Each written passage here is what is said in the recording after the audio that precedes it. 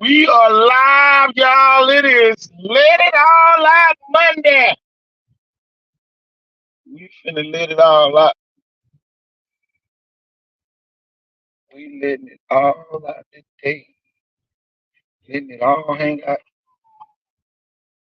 All out.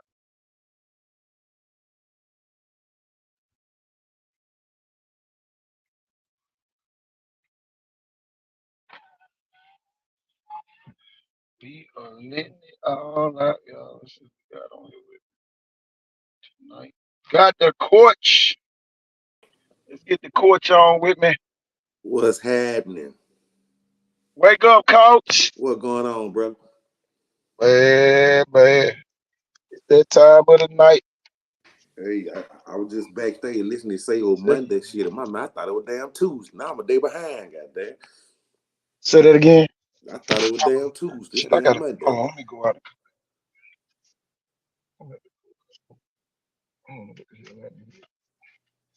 Yeah, let me go out and come back in. Okay.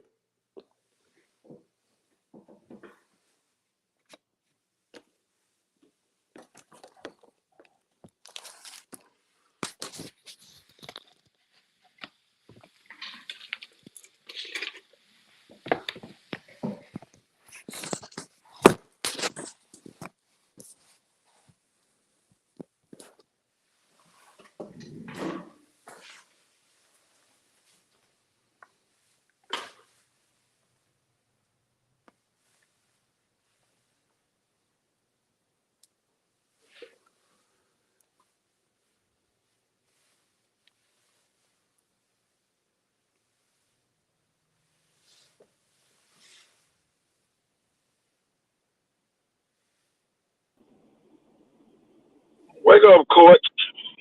What's going on, dog? Can you hear me now? Yeah, I hear you now. I Okay. can hear that. What the hell I hear? Well, I see. Last week I was behind this. I thought it was Tuesday. Goddamn, I'm a week behind. Just let it all out. Wake up, coach. Got the coach on with us. Wake up, coach. Thank you. Who we got on here with us? I think you must got the mute. Unmute yourself, coach. Turn your volume up or something. I can see you. Hold on, let me get this off the screen. See him, just can't hear him. Let me get this off so we can see what we got on here. Hey, yeah. I go to coach. Can we hear him? Let's put him on the main screen. Wake up, coach. We can't hear you, Can Coach. you We hear can't us? hear you, Coach. We can't hear you.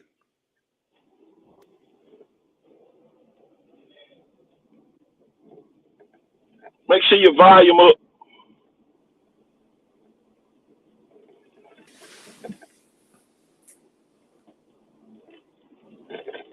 We can see you. Definitely can't hear you.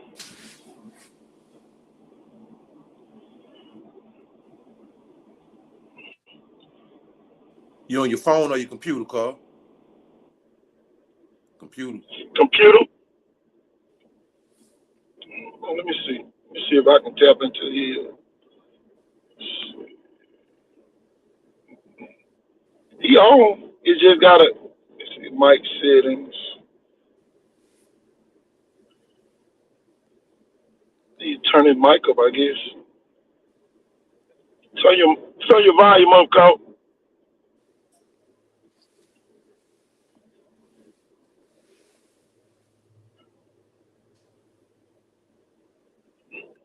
Either he might go out and come back in. Yeah, just go out and come back in. But yeah, coach. It's that time of the year. Man, A lot of stuff going on, man. Yeah, dog. It's Monday. We got 14 going for a ship. that's crazy. 14, y'all, going for a ship. Man, Man, posted history. that's crazy. I thought we Man, were we ain't doing never had that something. big. Hey, I thought we were doing Tell something. you, 21, we had 3. man. Boy,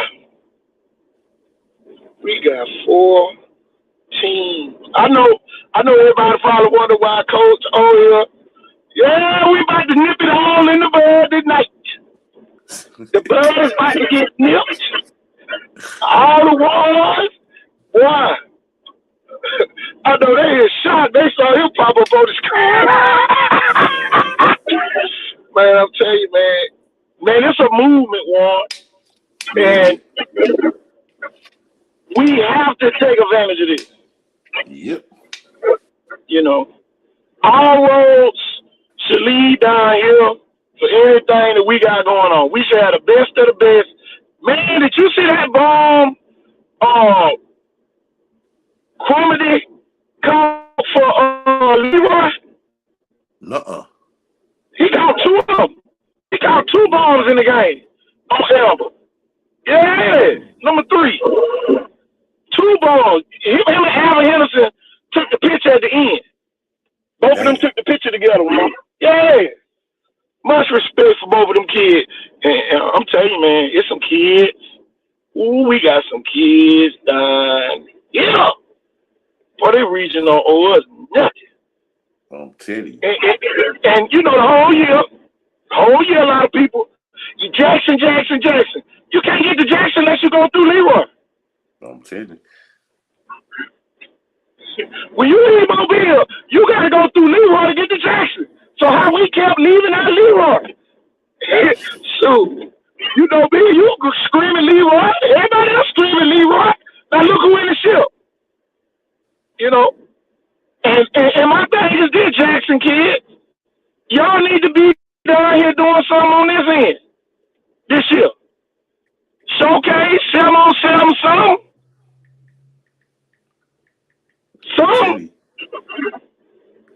Some missing. Y'all gonna have to come find out what's missing. Landon Duckworth should be playing on one of them teams. Some of them receivers, the running back should be playing on some of them teams. Man, them offers ain't gonna mean that when somebody surpass you. I'm telling you. Had a kid from Baldwin County High School register today. You know what I'm saying? Everybody coming, Choctaw County, registered. Sterling got about 10 kids up there, man. It's gonna be more than that after they come back and win the ship. Yep. That's what I'm trying to tell everybody. They need to go and get in, man. You know, you ain't got to pick a side. Just go and get in. Get in where you going to fit in. You know? Shit. Too much going on.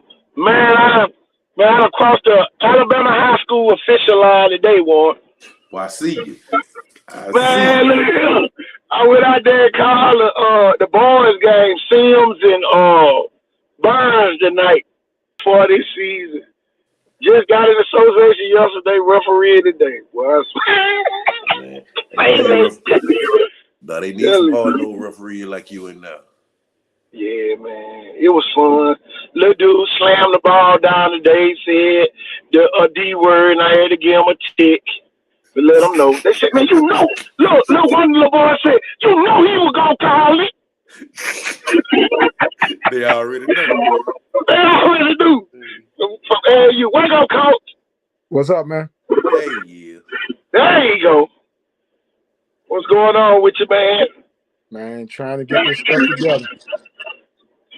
Tell you, man, I see y'all little groups y'all had on there today. You know, getting ready.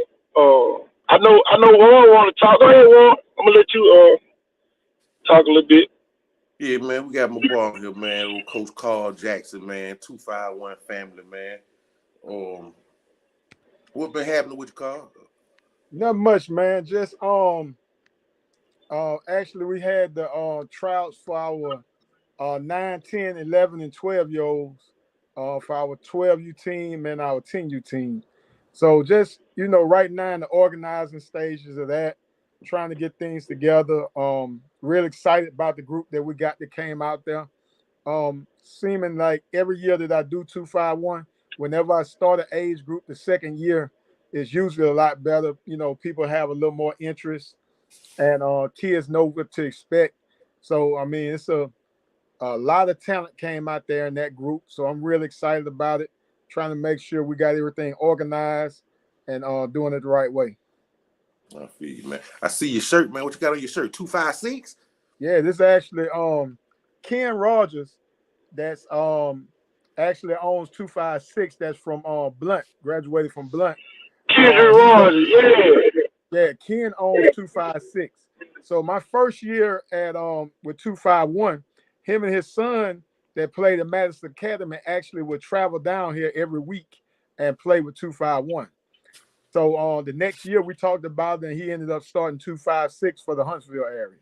Okay, man. How big is that? This what we came up with, man, because I think us three, we all know our heart's in the right place. And we do this for one reason. We do this for them kids.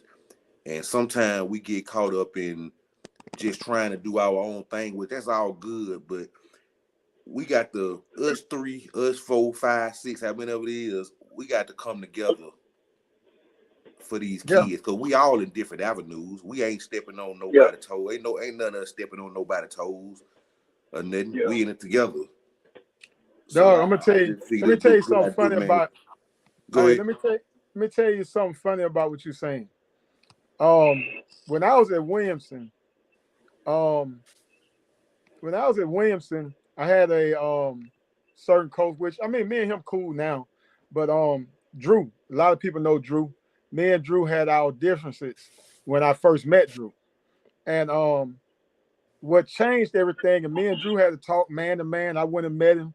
I think I talked to him at his barbershop, but I told him that, you know, everybody go about things different ways, but if your heart in the right, I mean, we're going about different ways, but all of us got the same thing in mind, you know, with the youth.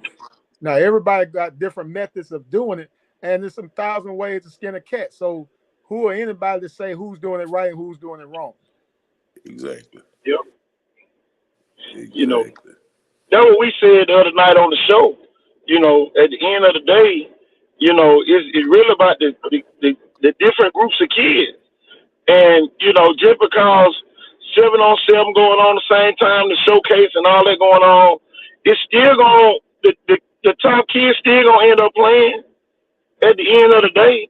And, you know, we don't want kids thinking, oh, I can dodge this to go do that. No, you want to be where the top kids are trying to get better. And the only way you can get better, you can't be playing against people that you dominate all the time. Somebody got to catch you off guard every now and then. And, you know, that's the only way that I think that all the kids going to get what they, you know, supposed to get. Dominate your city, dominate your region first. You know, a lot of people want to be national level kids, but they ain't dominating their city. You got to dominate your city, you know. And so it's so many ways to dominate that a lot of kids don't even understand. You know, they feel like, well, I ain't got to do none of it. No, you're going to have to do something, because there's going to be something going on for the next 3-4 months. Man, that buzz is retarded right now. You know, I know some people don't like the retarded word, but it is. We got 4 teams for the first time ever in 4 different, you know, divisions, classifications, going for state titles at the same time. That ain't never been done. You know, the most we ever had was 3. Now we got 4. Could have had 5. But, you know, my thing is this. Go ahead. KT, Go ahead. we might have had 4 before. If I'm not mistaken, the year that McGill, St. Paul, and UMS won, if I'm not mistaken, Mobile Christian lost in that year. Lost to Piedmont, didn't? Well, now that Piedmont. Piedmont. So this might be the second time that's happened. Shit, that is 14 for Mobile. When you sit there and look at that, that's even bigger. But I think we missed our, you know, because, you know, at the end of the day, a lot of people ain't gonna want to hear this. The UMS kids ain't trying to go play on no next level. There's no collective group. You know, I'm talking about the people that's trying to make it and play to the next level. This probably the only group of teams where they got prospects on each team. You know, even Leroy. So, and then my thing with them, some of those kids need to start coming down here, participate. You know what I'm saying? You want to win, you want to do all that, but getting scholarships is a whole nother avenue. You know, you can beat everybody in the world when you talk about a scholarship, and see, that's the thing we get confused in basketball. That's why a lot of our kids don't even get scholarships, because they don't realize they're going against kids all over the world in basketball. You know, and it just seems like we just dominate football. So it's really easier for a kid to get a football look than it is basketball, because you know, football they don't have teams all over the world that they going over there to get a kid from China or Lithuania, you know, like they do in basketball. So, you know, we just got to know these things. So we don't be just telling kids false info, no, you can't make it in basketball. No, explain why it's gonna be harder. You know, you can't explain why. You know, so well, it's gonna definitely be harder in basketball. Yeah. I mean, man, it just is what it is. People don't want to hear it, but like you say, basketball a motherfucker, man. And y'all, we got some good ass teams. I was sitting there looking at Barry GB Blunt, 2015, McGill, Spanish Fort, St. Paul, and Bayside. There. Oh, that's right. That was Bayside. Mobile Christian lost the Piedmont in like 20. Bayside lost. No, Mobile Christian lost in 19. That's right.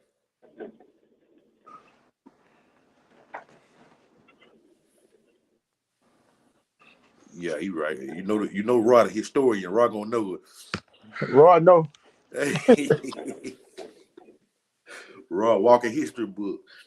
Fort McGill, St. Paul, and damn historian. I ain't never going against a historian. I'm telling you. But shit, that year. But yeah, they took what I said. I remember a while back I made a post about basketball, boy. People got they were butt hurt about that shit. About basketball. Yeah, but I mean, I can't do no but speak the truth. What is that? What did you say about it? That if you ain't 6'5", 6'4", or shooting like Steph, it's gonna be hard for you. So it's gonna be hard for a 6'1", 6'2" power forward in high school talking about going to play college power forward. No, they don't give this area benefit of the doubt when it comes to basketball. Like, I stayed in Chicago for 4 years, and the kids that get recruited there, they're given benefit of the doubt because of where they're coming from. Yep. You know. Yeah. And, you know, my thing is this, you know, we got, you know, Curry put on that the other day by all 4 levels. Really, we got all 5 levels. You got post-grad prep. But the kids be feeling so down. I ain't going to no post-grad prep. But want to tell you, that first year, man, we went to the Nationals. Man, we had more pro scouts than I had seen at a South Alabama game. You know, at the post-grad prep. Because you had kids from all over the world playing. Man, you had one team, Bucket. Man, them folks had 7 translators. 7 different. The man was like that. They don't get up. I mean, by some different people. All that translating what the man was saying. I'm looking like, what the hell? And see, that's something that I had never seen before. And, you know, we just talk locally. But, man, when you talking about that, man, that's global. Basketball is global. That's why Fallon out there in Missouri excelling. Now you go to University of Kansas. A lot of people don't even understand how big that is. The University of Kansas gonna have a kid from Mobile, Alabama on their roster. I don't even think people even grasping that. You know what I'm saying? And then think about this Bucket too. A lot of people don't realize football had a lot to do with that too. We got some kids from Mobile. Is Tanaka still like that? Yeah, Tanaka. Yeah. So we got kids out there on the football team, Warren. Yeah, you got You Tanaka. You got the boy the from Evergreen. Hillcrest. Yeah. Boy from Hillcrest out there Yeah. getting I can't think his name right now. You talking about Kobe Bryant? Kobe Bryant. Yep. Kobe Bryant. That's it. Yeah. Yeah, there's been a lot of interest in that kid. Man, my boy Flip, man, Samario Rudolph, getting his degree, man. He didn't enter the transfer portal. He picked up an offer from Stanford, Stanford, UConn, and Jacksonville State. Okay. Man, that's big. And think about Riley Leonard though, Buckethead. You remember that conversation I was telling you about years ago about that kid when he was playing basketball? Everybody was like, man, that kid ain't all that. Look at him now. That kid about to go to Texas A&M. I told somebody, they did a thing and they were saying Riley Leonard is sneaky athletic. I was like, they ain't never seen Riley Leonard play basketball. I know you called me, you asked me, you said KT, that boy for real. I said he one of the best white boys I ever seen. He one of the best white boys I ever seen. I ain't gonna even lie. Yeah. Sneaky athlete. Man, that Joker man dunk on the whole team. Yeah, they said that the other day at ESPN. I'm like, sneaky athlete. And y'all, he fearless. You know, man, you can't, one thing, man, you can have talent, but, you know, some people are not fair into you. That kid, that fearless, man. He be in a room full of black folk. He ain't scared. You know what I'm saying? For real. You know, it is what it is. Because when you there to do one thing, it don't matter, man. I never forget, man, I did a basketball showcase up in Wilcox in Camden. Them kids, Hunter Ivy, man, them kids came way up there, Tevin Brown. They ended up playing overseas. He was up there with them. All of them up there at the showcase in Camden. And, you know, that's what a lot of people don't understand about these showcases. They thinking, oh, he just trying to. No, you got to put the best with the best so you can see what they can really do. You know, we ain't doing. One really started the showcase. Shit, I wasn't thinking about no football showcase. What like that? What the KT, man, you need to do on a football showcase. What we going to do with it? Call Clinton Smith up at Evergreen. I never went up there, man. It ain't been the same. This region ain't been the same since. Okay. I'll tell you. Hey, man. Our kids got a chance to not get too far, but far enough for them to see that football. Man, we had Jamarian Barnett, the running back from Andalusia. He was there. Man, I'm telling you, man, that kid was by himself, Buckethead. They want another Andalusia. He was the only kid there. So, boy, I look at it. Williamson had their little crew out there talking on. And, man, that kid came out of nowhere. Catching the ball, making plays, you know, clean rising to the top, you know. And when you go to those type of events, man, that's what you need. You know, talk about, you know, 251, some of the things y'all been doing. You know, man, when them kids get a chance to play against some of the top players from around the country. You know, talk a little bit about that, Buck. Dog, so I had a parent meeting this weekend, and I was just telling the parents. So the first year I ever went to a 7-on-7, before we started 251, I went with another group just to see what it was like. We went down to Tampa. Actually, the video is still online. But our first game, and actually it was like, let me see, I had 4 kids from McGill. And if I'm not mistaken, Chris Drain and DJ went with us too, DJ James. And we went to Tampa. Our first game was against Premier, which their quarterback at the time was Bryce Young. So that was my introduction to 7-on-7. You know, and they came out, their whole team had on Dodger jerseys that said premium. We jumped up on them, actually we ended up tying them that game. But that's when you realize, you know, that it's serious talent out there. Later on, we ended up playing the Bootleggers, which Core Moore, the one that just dropped the punt, he was like one of the top recruits committed to LSU at the time. We played against them. Ryan Clark was actually coaching the team. So, you see a lot of talent. My first year with 251, when I had we had Mix, we had Braylon McReynolds, Ty Mims, all that. They actually he made a hell of a catch against us, but we actually won the game against Travis Hunter. So you're playing against elite talent, as you go. And I purposely pick certain tournaments to get a chance to go against certain competition. So like when we're I know when we go to Louisiana, a lot of the kids in Louisiana feel like they invented football. So, it's a great place to go compete. Sometimes it's a little more talking than what people's used to or comfortable with. But you've never seen somebody talk noise and be on 50%. They're going to be at their best. You're going to be at your best the more the talking goes on. So how better to get better than to be going against somebody that's giving you everything they got?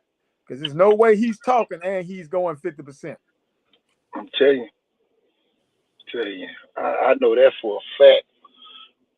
But man, talk about some of the, the kids locally who's played with you. Local can be Mobile, it can be Evergreen on here because we got people all the way from everywhere on this show. So, I'm gonna Jason, go ahead. The first year, so today we launched the 251 family website, and on there is an alumni page. And when I started looking back and realizing, in 3 short years, how many players we done had come through, you look at that first year, you got Braylon McReynolds, you got Robert Woodyard, you got Braden Turner that's at Northwestern now, you got Anthony Mix at Butler Community College, you got Jermaine Coleman that's at Central State, Ty Mims that's at Southern Miss, Jamari Hawkins that's at I think he's at Memphis, from Baker. Had Tyler Bradley from Daphne, running back that went to Navy. James Tinker from Hillcrest Evergreen was on that team. Anthony Eagle was a young guy on that team. Who else we had on that team? Brennan May Jordan, Tuskegee. Yeah, Brennan May, Backstreet, he was there. We had who else we had with that crew? Like I say, Eagle was a young guy. All them linebackers from Williamson, all of them had played with us that year. Trying to think of the guys that Justin Poe from Davidson, that's at Troy, that just won his second Sun Belt since he's been there. We had a lot of guys on that group.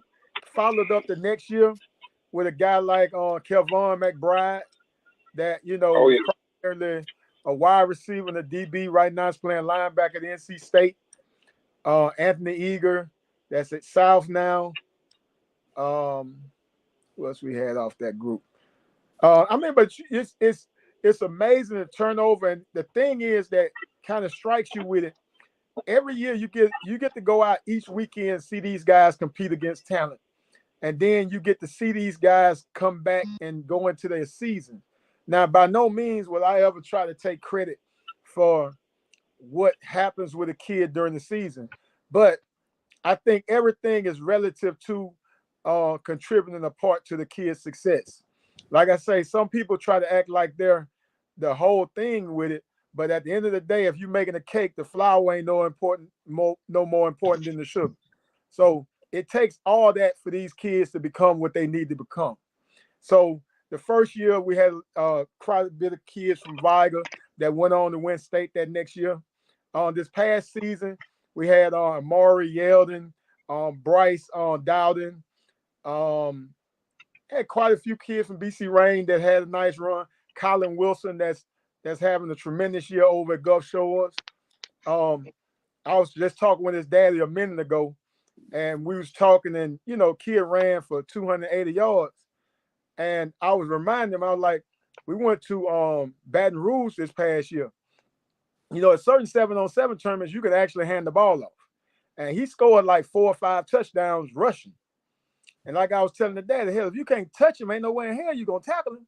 So, you know, to see those guys and to be part of their processes and see some of the kids that kind of develop through competition, you know, that's the most fulfilling thing. Like I told my coaches the other day, you know, of course I want to win tournaments, but at the same time, I want to give kids tools that they can be successful with and take with them to further their career.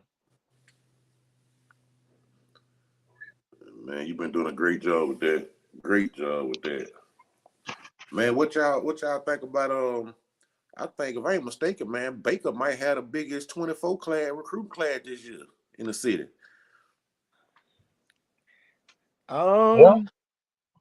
24 class? Yeah. Yeah. Yeah. Baker. Yeah. I don't know. Well, out of Mobile, yeah. It's gonna either be Baker. Yeah, Baker. You got Bryce Kane, you got what's his name? Beckham, you got Flowers. You got I don't know the running back. I was really impressed with the running back. I don't know what he got going, but I was really impressed with I was telling a coach the other day, if you come through Mobile and you can't get you a running back, that's your fault. You know, when you look at the kid from Foley, the kid from Daphne, the kid from it's a lot of Bryce over at BC Rain. There's a lot of quality running backs around here that, to be totally honest, somebody's gonna come through and get a guy that somebody wasn't looking at and end up with a hell of a player. Man. Oh yeah. Man, it's so crazy though, man. It's just so much talent. Man, you can go on and on when you start talking about talent, you know. I've been seeing the posts lately about you know, championships and recruiting. My thing, win one of them, you know, or win both. You know, we don't want nobody not to win no championships, but we definitely want kids to get scholarships. You know, some schools not doing anything on any level. And, you know, some got to be going on, man. Well, You know. I'm gonna say this, and like I said, I told my parents this. I went from coaching at RV Taylor Projects to coaching at Williamson to going to McGill to going to Bryant. And like I told them, I went from the hood to Catholic to the country. And I said all the thing is at some of these schools, man, it's easy for certain kids to say they don't want to play college football because that school doesn't necessarily get a lot of scholarships, and they assume that they don't stand a chance to get one. So it's easy to say you don't want one as opposed to waiting to the end and not getting one. Where in a lot of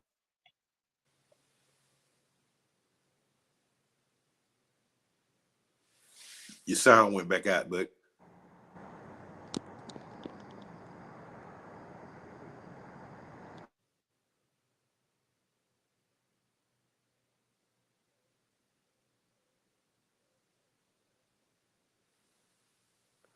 We can't hear you. Wake up, Jill. Wake up, coaches. what's going on, bro? I'm trying to figure out who that on that picture. What they say, Brighton, baby? Yeah, that's my boy Attitude, man. Tim, the best rapper alive from Alabama, right there, bro. Carl, I you got to might represent a little bit, man. Carl, you I'm might on have that to go out and come back in, Carl.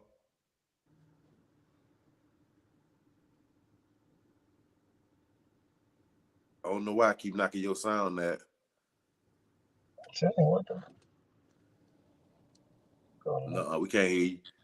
Yeah, it's kind of like how it happens to coach sometimes or anybody. Yeah, it knocked me damn out. I know it'll knock everybody else out. Yeah. But Jeff, we were just talking about Baker, man, and Baker might have the biggest 24 recruiting class this year, man, out in Mobile. Oh man, that's big time. And I know they have some kids that were good seniors last year that some stuff just, either they're playing junior college or kind of getting their grades up. There's still some diamond in the rough kids from last year's Baker class. So, and like KT was saying, man, like Do one of them, man. I prefer the scholarships, and if winning come with that, if winning a championship come with that, great. But I prefer the scholarships. Oh, there ain't no doubt about it. I mean, if you can't, some years you just can't win. You may lose some close ones, and but I mean, you got anywhere from 3 to 8 kids or something signing. That's a winning program. It's a winning program. I mean, the parents That's and the the thing that families are gets me, happy. man. What's that, KT? I said that's the thing that gets me. Some people feel like, you don't have to win and, just get scholarship. And some people feel like you got to win championships to get scholarships sometimes. Sometimes, man, it just take the best players. Yeah. You got to be a great player. We And, just seen it ain't no shortcuts with it. we just You know. seen UMS win a championship and one person go to college. But see, I'm going to tell you, I shut down UMS girls coach the other day. He made a post talking about none of his kids got offered. Them kids got trust funds. They ain't looking for. So it don't matter. If them kids get a scholarship at UMS. Exactly. They going to college regardless. Yep. But that's the persona that they trying to paint to all the people. Like, ooh, our kids not even get offers. But at the end of the day, them kids already got their college paid for. All they really doing, and just to be real frank, they blocking everybody else from getting scholarship. Yep. You know what I'm saying? Because, man, they got some great teams, but them kids, we just gonna play in high school, we get to college, we just gonna enjoy college life, and all they been doing is blocking other people from getting scholarships. Frat party.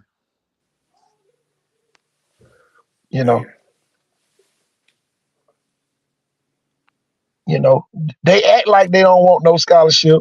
Man, them kids, man, they already got $200,000 and $300,000 trust fund. Look, the boy driving down Audis and shit, talking about they don't want to go. Hell, they don't want to go to college either. Driving $80,000 trucks. Somebody, would you want to go to college, but you got an $80,000 truck in high school? Nah, I'm ready to run data business. Hey, y'all can hear me? Yeah, we hear you now, buddy. Okay. All right. I was just making sure. Man, and we don't need certain people to get caught up with that. Oh, UMS kids ain't getting no offers either. Them kids don't want no offers. Them kids don't be want no offers. Hey, when I was at McGill, I had Bama coaches ask me for a kid, and they wanted them to come to a camp. The kid told me, well, he ducked it, didn't want to go to the camp, chose not to go, but still went to Bama and joined the frat.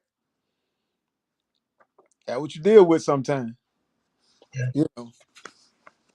But sometimes that hold you up from helping the kid that really needs something when you're trying to help kids that really don't want it and don't have plans or even using it. They just want to be able to post something.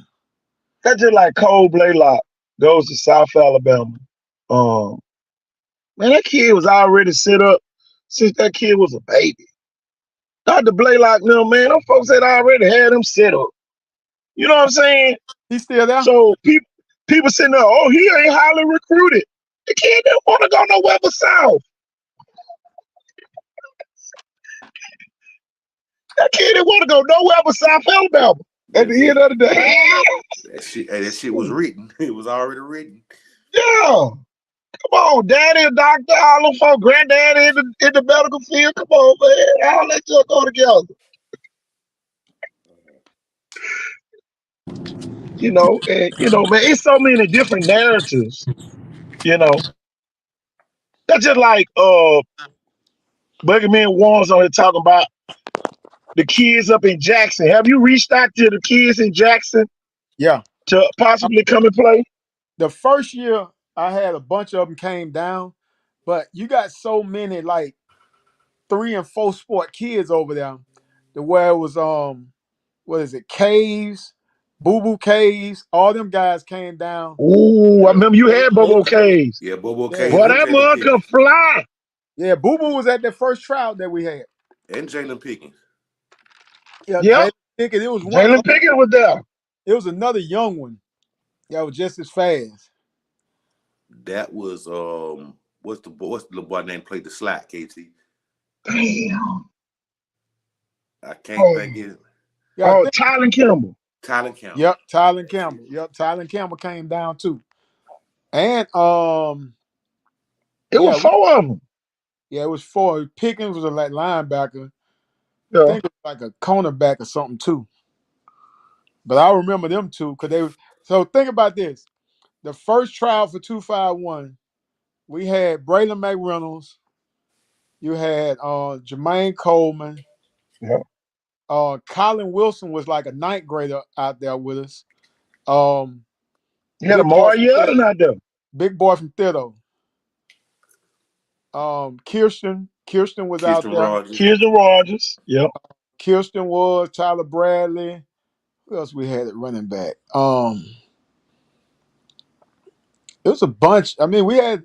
When I look back and you realize how much talent was there, you know, the thing. Like I tell people, Mobile got so much talent that some of these other schools, you can go to Mobile, like a kid, and no knock on in them kids cross the water, but a kid that's being hyped up across the bay, I can find a kid with the same ability at Viger that you might not flinch at. Yep. But I'm gonna tell you the difference though, Bucky. True, Warren, here go the thing though, Bucky. Daphne always had this thing called the workhorses. Yeah. You had TJ Yeldon, you had O'Neal Starworth, you had Lee Baker, the touchdown maker. Yeah. Whenever they had one of them guys, we gonna put the whole city of Daphne on their back. Yep. And see, that's the difference. And see, we get confused over here because we see that they giving them the ball a lot. Well, we got a bunch of them over here. They just utilizing the one that they got. Yep. You know, Pat White. Think about when Pat White was over there. Yeah. Shit, Pat White gonna run that ball 20 times a game. Exactly. He the only one that had. All right. I You mean, know? it's a lot of that. Like I said, no knock on them guys, but Yeah. on this side, there's talent. On this side, it's just so much talent in Mobile. I can find 5 guys in Mobile that nobody ever heard of that got comparable talent to some of the guys that got 3 or 4 offers. Yep. Oh yeah. It's just so much concentrated here, you know. I'm gonna tell you though, and Saraland, man, they rewriting the books. Man, them folk got so much talent up there, man. I was looking at Jell. Hey, Jell, what that kid name you sent me the other day, the Harris kid? Oh, that's your boy son. That's Tony Harris boy. No, don't tell me that. What? Yeah, Tony Harris boy transferred over there. Yeah, running back. Yeah, talking about the young one? Yeah. The one from Man, Clark? that kid had like 21 touchdowns. Yeah, the thick one, the hard nose. Solid kid. Man, it just, and you know, that's why I be trying to tell people. A lot of people be basing talent off who played this year.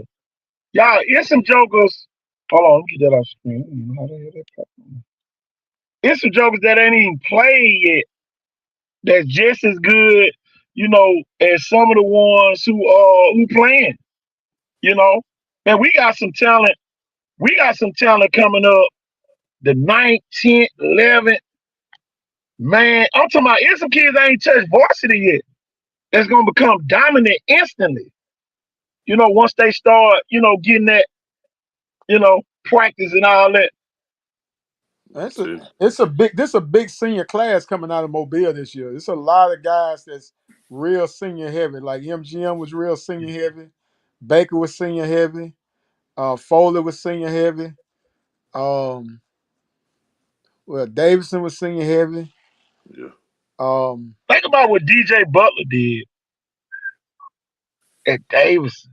And that's what I'm saying. Like when I was talking about the running back earlier, hell, I forgot all about DJ. You know, there's so many running backs in this area right now. And y'all know he decommitted. Yeah. Yeah. So what? From Coastal Carolina, I mean. Ain't no telling where he about to go. I'm telling you. Hey, And then man, you got them new coaches coming in. You know, that's gonna be crazy. What what college do you see coming down here, Bucket, in the near future that we probably hadn't seen in a while down here recruiting with some of these coaches, these new coaches that's getting in these new spots? You know what? There's the biggest thing is that I've known is that there's certain coaches that it don't matter where they are, they're Yeah, gonna always recruit Mobile. yeah, You know, it doesn't matter where Damian Craig is, he's gonna recruit Mobile. Doesn't yeah. matter. John Summerall, it ain't matter when he was in Kentucky, whether he was at Troy, he's gonna recruit Mobile. Um, I think Oklahoma's gonna probably be a team that steps in here and recruit a little more, especially with them moving into the SEC. Ted Roof has always recruited this area well. Um, And, and then you got Nico Johnson down at Texas. well, the other thing is they're about to. It seems like what they saying online. Brian Vincent's about to get the Louisiana Monroe job. The way if he gets that job, it's probably gonna be Monroe gonna be swinging in here pretty tough. Yep. That's gonna be oh, big. Yeah. So you got Vincent's gonna recruit here. If I had to bet money, Cornelius Williams is probably gonna go with him. Um, uh, let me think. I think, and to be totally honest, I think obviously, I know. I mean, certain stuff I'm saying that I probably shouldn't say, but I'm gonna just call it what it is. A couple years ago, one reason you're seeing Alabama recruit Mobile so hard, if I'm not mistaken, what round did Kadarius Toney get drafted in?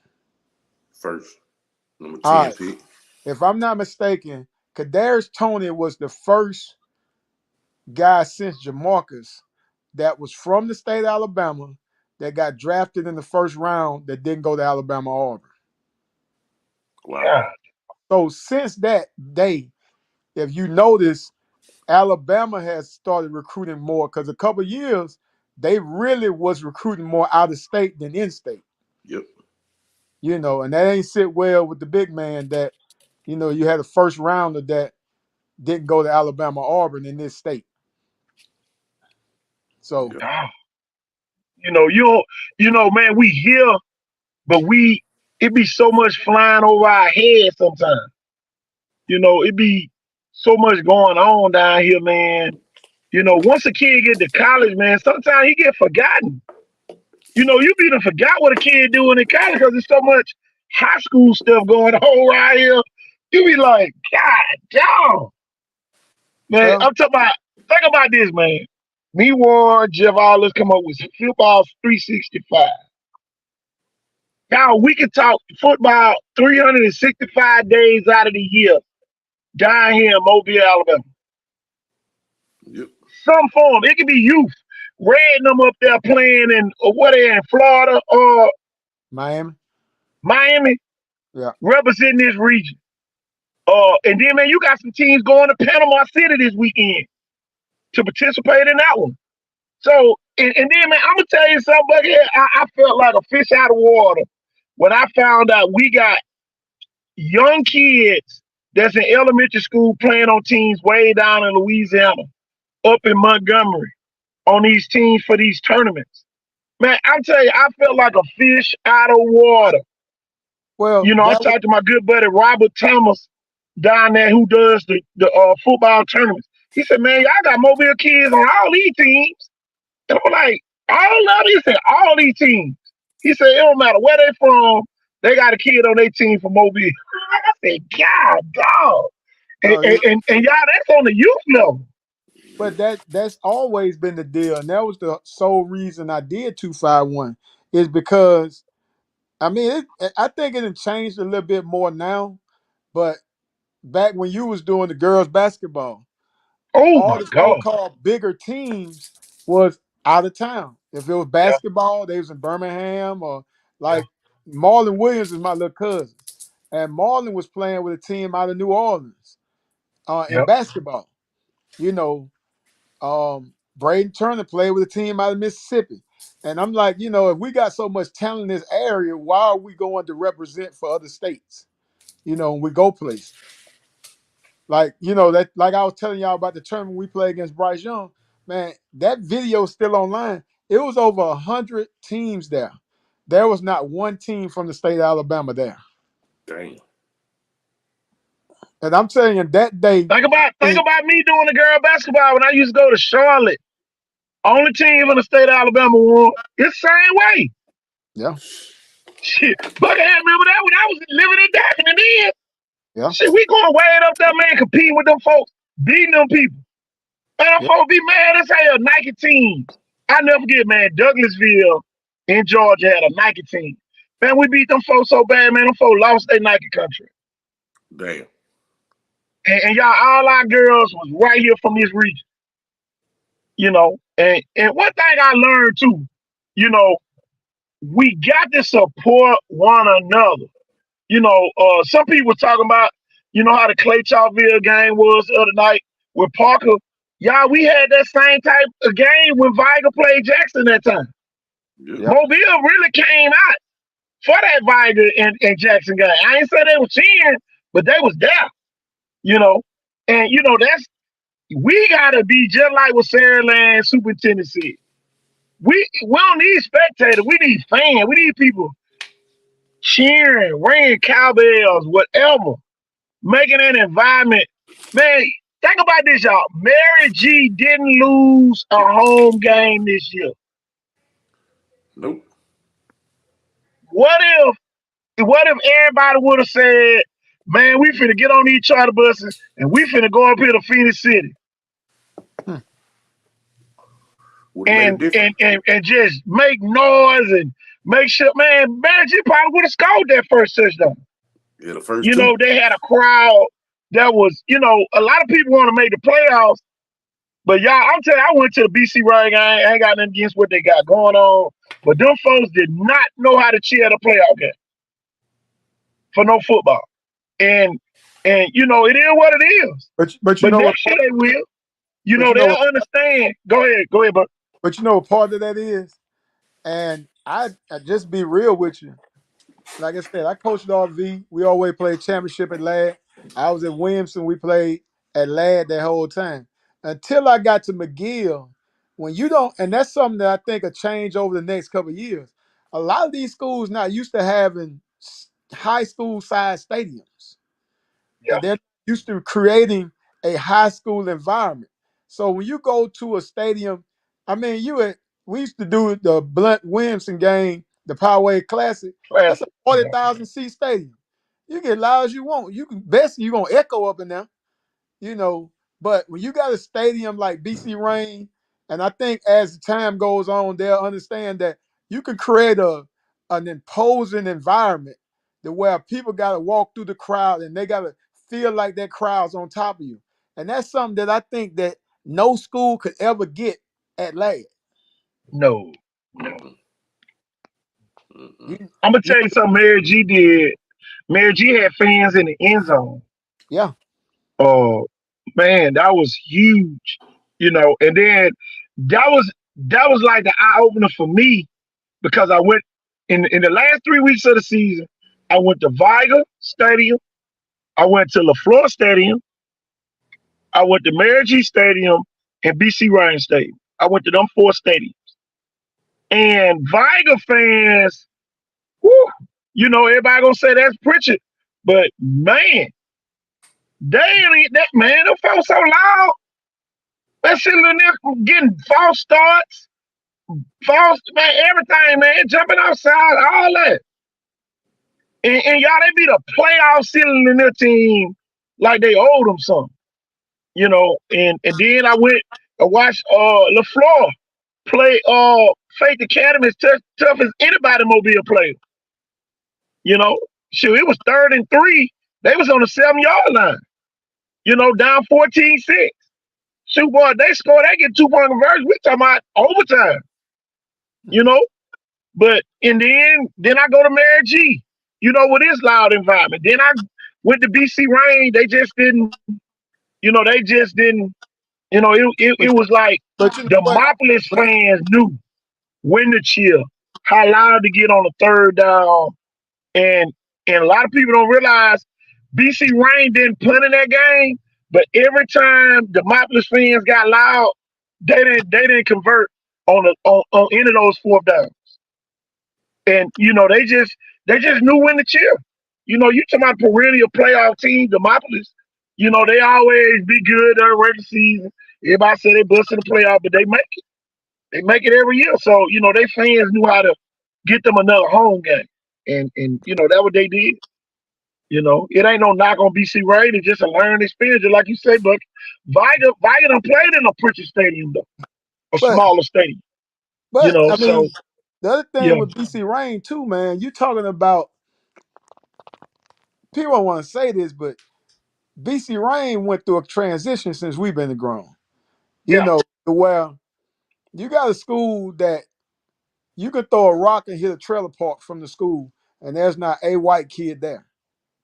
yeah, So you're not even really getting your district. So a lot of the kids and parents that like at Viga, you're dealing with third and fourth generation yeah. Viga people. BC Rain, if you got it might be two or three guys that's third and fourth generation, but hell, I probably coached more BC Rain kids that the parents' kids at McGill than I did, seeing that BC Rain. Because a lot of them guys from that area, they moved away, or either they was Catholic or something like that, and their kids go to McGill or go to St. Paul Think about when AJ or go to McCarron Kiddo. lived down there and went to St. Paul. Who? Stay right there, Yeah. I back there on mean, the water. And see, a lot of people don't realize this water. yeah. BC Rain damn near on an island, y'all. Man, you've It had would be a full. Well, when you cross over that bridge on the Parkway, if it was just a strip of water right there by the I-10 bridge, you have an island down there. But that's where I think BC Rain probably has the most potential because everything across that bridge should look like when you go to Jackson. Everything over there should have BC Rain stuff in the windows. Every barbershop, every store, everything on that end should be supporting BC Rain. There is no other school on that end. Nothing. I mean, hell, it is an island. Hell, it's the only thing out there. Warren, you still there? Yeah, I'm here. I'm here. Can you hear me? Y'all here? Okay. Let me give Buggy, a are you shout. back? Yeah, I'm here. Okay. I know you buffered out on us. Okay. I was going But through now I was the just I'm like saying you that, though, man. When you cross that bridge, it should be like DIP is its own city. yeah, it is. And I didn't told Yeldon and Antonio, I'm gonna go get me a trophy made and put a bridge on it. And hell, they can fight for that every year. I'm telling you. Let me give a shout out to my boy, man. He commented earlier. The band Rogers, Puncho played for me at 8 Mile, man. And Jeff, you know him too. He probably played for you at Chastain. Oh yeah! Oh my gosh! Probably the greatest. He was like a Dante Hightower at Chastain. Oh yeah, Puncho is coaching at Hewitttown. He coaching defense at Hewitttown. Sure do. Coach Shelton proud of him too, man. They came down here and beat Theodore. That was big time, man. Coaching at the home of Jameis Winston. That's big time. What's name on that staff too? Drew's son on that staff. Yeah. D's Yeah. on that staff. Yeah. Yep. D. Thomas. Oh yeah, D. Thomas. What's up, Yeah, Coach Jackson? Man, I've been letting you talk, but I didn't get a chance. I was dealing with my son earlier, man. I had to be on mute. Look, don't lose your family messing with us. No, man. No. I think it gives my wife a chance to watch the show. Oh, okay. You know what I'm saying, man? No. I love it, man. Love the icons. Love our camp series and everything, and just all these kids that stay I'm gonna tell you though. goals. Me and Warren talked about this. My bad, Jeff. Me and Warren talked about this. Bucket, you might need to send some of your coaches that's not at y'all trials that day. They need to come up there for the other kids. and evaluate like you did last year, Yeah. you know, because we need that presence so people know, oh, I still got an opportunity. You know what I'm saying? Because, man, we don't need the kids on the fence for nothing. Do what you do. And shit, if you good enough to still, play, come on. You know what I'm Well, saying? If we got to well, form it's different different skill teams, sets too. It's different skill sets. yeah, Being I mean, at the college level, it's a lot of personnel.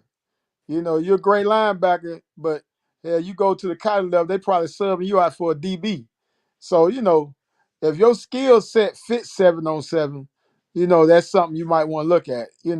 But that don't mean that you're not a good football player if your skill set don't fit that. Long story short, 7-on-7, third and long. Third and yeah. long, that's a different animal than third and one. Yep.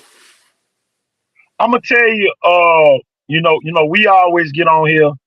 We got the thing scoring points matters. Are y'all trying to come up with different techniques this year to help the quarterbacks so when they go back to their schools, how that, once you get close in that goal line area, man, that doggone vision get a little cloudy. Well, You ain't got that much real estate down there to work with. So, is there anything y'all gonna do different, to try to help the quarterbacks, adjust to being in the red zone?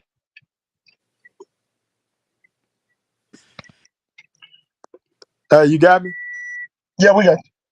Hey, the biggest thing that we're doing different this year, obviously, we do situational. We practice.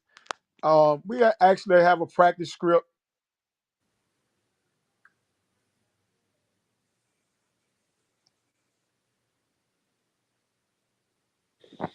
Okay, we got a momentary buffering on He Coach went out Jackson, for I a think. minute. Yeah. And let me just tell somebody something because, wait, there he comes back. There you go. Yeah, somebody keep calling me, man. Always. You always get calls, man. You always Tell get them, tell calls. them to get on the show. There you listen. Uh, Yeah.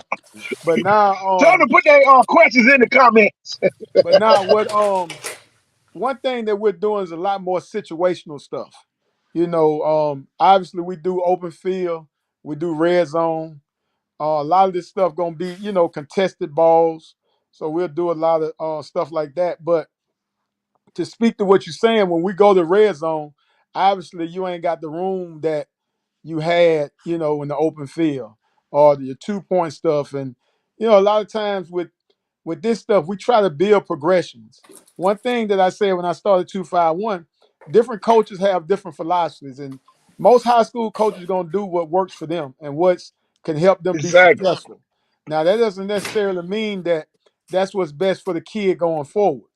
Yeah. So a couple things we try to introduce kids to that just in case they didn't get it at their high school is we do full field progressions. Where a kid has to go from the first guy to the second guy, the third guy, the fourth guy to the fifth guy. And he gets used to reading that progression. Some schools do that, some schools do half, but every kid that has ever played for 251, if you ask them what railroad is, they can tell you that off the back of their hand. But we've pushed that. Those are concepts that if you search railroad, that's probably one of the most common concepts you're gonna see in that Lane Kiffin, Sarkeesian. Obviously, me and T is real tight, so I got that stuff from them. But we try to teach them that type of stuff and get them used to not just using. We're not just trying to win 7-on-7. We're trying to do things that's going to develop them for football. So unlike certain teams that just play with DB, hell, I'm gonna play with linebackers. I'm gonna play with some guys that gonna have to get better. So, I don't want to out. One thing about my league that's a little different than some other people league, you can't out talent my league. Your ass gonna have to get some technique in you. So that's what we try to get in the kids to go to compete at some of the tournaments we go to. Man, that's big time. Because, me and Warren always talk about when Viger beat Blunt that year, when Mixon played, the connection that Brennan May, Jordan, and Anthony Mix Jr. had was developed at 251. And, we would want to see more of those type of teammate to teammate type, things built. I ain't saying forced, it wasn't forced, but Nah. they had played so much ball together with 251 that it just rolled over into their school season, and that's the thing I think that a You, lot of people really need to you know Yeah, what, barber man? in and on and I lock vouch in for on. that right now on here with y'all because even with Coach Carl Jackson on with us live right now, y'all know if there's anybody else that's made that comment, it's been me. Oh yeah. You know what, man? I'm gonna tell you what's so interesting about that year is I remember when Mix transferred to Viga, right? And I always wondered when they both came to 7-on-7, what was the relationship like with May and Mitch, right? Because one thing you don't hear a lot of people talk about is how those kids put they self aside to win a state championship. Yeah. Y'all know, but a lot of people don't realize. Dog, May was the starting quarterback, Yep. and he went from being the starting quarterback to being one of the top targets. And that Oh that yeah. takes a lot of maturity from a high school age kid to say, you know what, man, I can help my team win a state championship here, as opposed to everybody gets so enamored with being the quarterback to where those kids had bigger goals. And I can truly say, seeing the relationship those kids had, seeing, not just them on the field, but you gotta think like that year we went to Atlanta. So I'm seeing the kids at the hotel, I'm seeing them, out to eat, I'm seeing them just hanging around the hotel, around the room, playing the game. Those kids had a real bond. It was, if you seen Mix, you seen Jermaine, you seen Backstreet, had Braylon McReynolds with him, Ty Mims was with him. All those kids was real tight. So it didn't shock me at all that that they had the success they had because 251, the football is part of it. But learning how to travel, one thing that we always did at McGill was we was doing a lot of 7-on-7 before a lot of other teams was. And what people ain't realize, that was our dress rehearsal for playoff games on the road. Some teams around here, whether people want to admit it or not, some of these teams go on the road and they can't get the kids to go to sleep. They don't know how to get a kid to lock in when he's not at home. You get what I'm saying? So those are the type of things that you learn when you're on the road, how to travel, how to, be about your business, even though you're not at home. Those are the type of things that help you become better, going forward. I'm telling you, Man. man. I'm just sitting here and Warren, Jeff, y'all know what I'm brainstorming about. My thing is this, coach. We got to show everybody that everybody want the same common goal, and that's for the kids to be successful. Mm. And it don't matter what they do, when they do, how they do it. We got to stand behind them just, just the same way we standing behind 4 teams that's going to the Super 7. We should be standing behind anything that come through here, throughout this region. Stand behind it, encourage it. Even if y'all playing GCA, we need to get those people on here. Everybody need to get on board All right, because Jason. All right, you know what Jason. I'm saying. We need to get everybody on here because at the end of the day, until the kids see unity, they ain't gonna have nowhere to hide. And y'all, it's a lot of kids hiding right now. And Warren, me and Warren was talking about. I said, yeah, the kids saying it. Warren said they lying. Hmm. The kids are really trying to hide behind. Oh, I'm just going to the showcase. Well, I'm just going to 7-on-7. No, you gotta do all of it. Don't dodge none of it. Hmm. So at the end of the day, now we can really help more kids because some of them just trying to do this and not do that, or vice versa. And then my thing is this: if you're trying to build a name, you need to build it. Build your name. In the off season. Don't wait till the season come. Oh, my son ain't getting the ball. Shit, they ain't gonna get you the ball if you ain't built your name in the off season. You know, and then man, we need to do weekly. You know, once y'all start playing, give us some updates on who y'all got. You know, do y'all keep stats, coach, during the 7-on-7 season? No, we actually a couple of the circuits are starting to do that this year. But we do I do have a thing that we do where we have like a player of the week, like outstanding players of the week. You know, I just got through talking with one of my other social media guys, Roland. You know, just some of those things we will be doing. You know, but I'm gonna Warren hey, and Jeff, hey, what Yo, see, y'all think about a weekly preview or some on 7-on-7 to shit, that add the cool. 365? That cool. I'm gonna Yeah, tell you, KT. I'm I fine know with it. you remember that, KT. What impressed me by 251 the most when we first went up there that day, man. I was more impressed with the classroom and the film study Oh man, than anything. Yeah.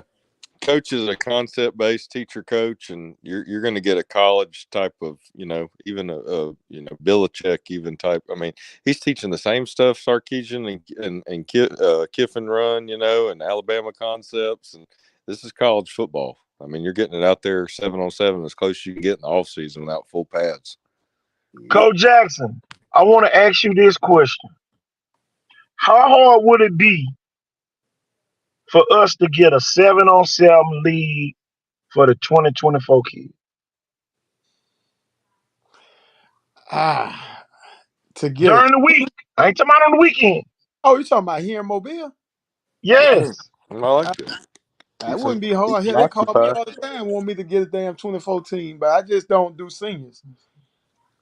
You I'm know, just saying, what if we just did something locally yeah, that wouldn't be hard at all. during the week? Jeff, Jeff, you down with it? Warren, you down with it? Oh yeah. Yeah. Because I'm gonna tell you why I think we need to do it during the week. We're gonna find out who really want to do it because now you don't have no excuse. Yep. Because y'all, I'm gonna tell you, I know Coach Jackson know what I'm talking about. You'll spend a lot of time trying to help a kid get somewhere, and then you'll really find out that kid ain't really trying to go nowhere. Well, he's not Well, willing to give up what he wants, Exactly. yeah. what his goals are. Exactly. Yeah, he might need to be a 5-day-a-week kid and take a rest on the weekend. And his family go out of town and do something, or Them 9 to 5 players, they don't do nothing outside of 9 to 5. They do it at practice. If it Yeah. ain't practice, they not doing it. And Mm-hmm. then my thing too, come up with a lineman's challenge during the week We already while we got those 7-on-7 while we doing that 7-on-7 Big Warren man. and Jeff, Yeah, big man come up with challenge. a lineman's challenge for all the linemen. Yeah. Because y'all know the linemen don't be doing nothing but getting fat. That's it. While everybody else playing 7-on-7, the boy don't be doing nothing. Yeah, we we could do, actually we got could something do coming like time up. push sled runs and all kind of stuff. Exactly. I got a camp coming up on that subject right now. Okay. Coming up in February or March. Okay. There you go. Let's cover it. Yeah, we got that, and it's actually going to probably be in Mobile, Pensacola, and Mississippi. So That's awesome.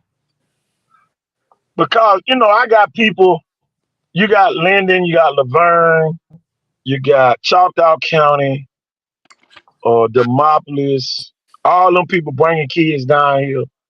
And, you know, what if they can bring their kids during the week and do some type of challenge, you know, get those kids, same kids down here from like 6 to 8 and just do those type of challenges every week. Big man challenge, get us a neutral spot where everybody not, where it won't be no conflict. well, And should go be ahead. hard to find a stadium now, because everybody got a stadium now. Yeah. That's what I'm saying. And shit, Blunt up here getting turf. I refereed Mr. Woods tonight, and he said, man, they got about another couple weeks. And they gonna have their turf done. Yeah, they done tore ours up already too. Yeah. So that's what I'm saying, man. We got to come up with, and y'all know, everybody know this football. We ruffle feathers on here, but at the end of the day, we only do it for the kids' sake. And we ain't really trying to piss no adults off. We're really trying to motivate the kids and let them know that we standing behind them 1,000%. But just like I say, in this concept, what we got here tonight, can't nobody hide. It ain't. I'm talking about. It ain't a guy on this screen that somebody out there like. You know what I'm saying? They ain't gotta like all of us, but they like somebody on this screen. I can promise y'all that. And that's the real goal, is trying to use all our resources. I may be able to get Coach Jernigan from U Fowler to send some of their kids down here. Uh, Coach Luke Tucker. Lance Tucker up there at Demopolis. Maybe get him to send some of his kids, or we even go up there and do something. You know what I'm saying? You know, man. And then Atmo about to get their brand new. Did you all see the brand new facility? Atmo getting up there? Uh-uh. Oh my God, y'all! Man, them folk getting a full field house, indoor facility, all that right there by their stadium, Wow. and they already got it framed up and everything right now. But Man. and then places like T.R. Miller, a lot of those kids want to come down Evergreen, talk to Coach Nard. He want us to bring one back up there. And Warren know what go on that hill, boy. Man, That's a real proving ground up there, boy. I'm Woo. telling you. But I just know we can achieve a whole lot more, and then, man, you kill all them rumors. Oh, they said this. And who said it? Who said it? Just like Warren said, who said it? So we gonna find out who the they said is. I'm telling You you. know. It's always they said it. Yeah. They said this, they said that. Okay, we gonna kill Motherfucker they quick said. to say they said. They said. I'll tell you, they said that they Yeah. said. I'm They telling you, said. I got time for Well, all that. well, and in all reality, it's almost like we're all each other's somewhat favorite people when we talk. Exactly. So, You know, but yeah, all man. us leaders. So at the end of the day, we got to lead. You know what I'm saying? You know, and our common ground is the kids. At the end of the day, common ground is the kids. That's the And only important thing. you know, you know, we got all these media outlets now. We got to use them. Yep. You know, it is what it is. You K- know, KT, yeah. I how many years ago was that when we had the conversation? And I told you, I said we need to have all these different media, because I want to say we started off talking about the I think you did a live talking about the basketball team they had picked. yeah, yeah, yeah, And I told you, I was like, dog, why don't you just do your own? I was like, yeah. we sitting around waiting on somebody to tell us, really sitting back waiting on somebody to give us some clicks and some likes, when we can do it ourselves. We don't need nobody to cover our kids for us. Yeah. You know, Exactly. Well, I tell you this. I tell you this, buddy. And I tell you how much influence we got. The call news. My boy Jimmy Whitfield called me 7, 8 times this year. Hey man, who need a write up? Who need a story in city? Who doing this? Who doing that? They ain't have an idea who Green Pants was. I say, man, get over to Viking, find out what Green Pants is, and find Jeff, out why they call them Green Pants. you know why? You know why, Warren? I ain't gonna get into the details, right? But the real disconnect in Mobile is that the real powers that be don't know the kids that's players. Yep. yeah, And when we start talking about who the real players that, like, when you get these guys come down and they having the drinks with the Alabamas, the Auburns, and they talking about who these players is, they can't go to where these kids are. They don't know who they are. They're they might sit and eat plenty of shrimp at Winsel's during Senior Bowl, or they might, drink a couple beers at Bojangles or wherever they go. But they can't get to the kid from Viking. They got to find somebody like us to get to that kid. Yep. And when you realize that, hell, you are the connect. That's the thing that these park ball coaches gotta understand. Dog, you are the plug. You looking at the high school coach like he the plug. No, you the plug. Yep. You know who the next group of kids is before the high school guys do. Exactly. So with that being said, you knowing who the next group of kids is, you steady feeding that and steady publicizing the kids. I'm gonna tell you this. So the 12U crew that I got that's out there right now, I'm probably more impressed with that group than I've been in years. Well, you got a group of 11, 12-year-olds that's as skilled as they are, they players. And I'm excited to see that group go out and compete nationally. Man. But talk about little KJ, man, the playmaker, man. KJ playing up with you. So KJ playing up, man. So in 7-on-7 is really more similar to how park ball used to be, to where you play like two age groups. Like I have people call me like, y'all got a 9U, ain't no 9U in 7-on-7. You either gonna have 10U or 12U. Yep. And he's actually playing with the 10U group. Wow. So you got him out there. It's several kids that has stood out to me. Him, this little kid named Carter Fuller, that's real good. O'Neal Thomas has done some real good things out there. Billy Moore done some real good things out there. Aiden Eager. I don't know why I started saying names because I know I'm gonna forget some, but that whole group has me excited about, just the depth that we have. Billups' son, Travis Billups. Yep, Travis. Yep. Travis Billups is out there. So it's a good mixture, man. Um, we got one tall kid from Faith Academy. He's done some good things out there. I mean, it's been a nice group of kids, man. Everybody's been real good. Everybody's been real coachable. You know, and right now we just slow walking it, trying to, not hell if they don't need coaching, what they need us for. So we're trying to do everything we can to get them as technically sound as possible, teach them basic concept. We're probably gonna spend the next month teaching one coverage, just so that we can run things well instead of running a bunch of things. There you go. And me and Warren played out at Bargain. Man, everybody knew by the time we got to the playoffs, practice was so easy because we was just doing the same stuff we've been doing all year, and repping leads to quicker thinking. You know what I'm saying? Now you ain't just, where I go. Now you already know where you are. Now you can get your head around on the swivel and pick off an interception here and there. And, that's just like when Roger set the interception record at Viking. Man, Roger got so much better. Roger was a running back out. And the more he repped that safety, the better he got. And, man, I'll never forget it, man. And, development is huge.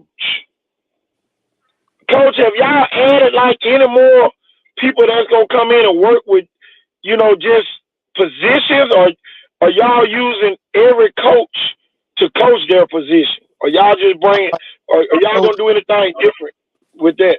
So the way our practice is structured, we'll come in, do a dynamic warm-up.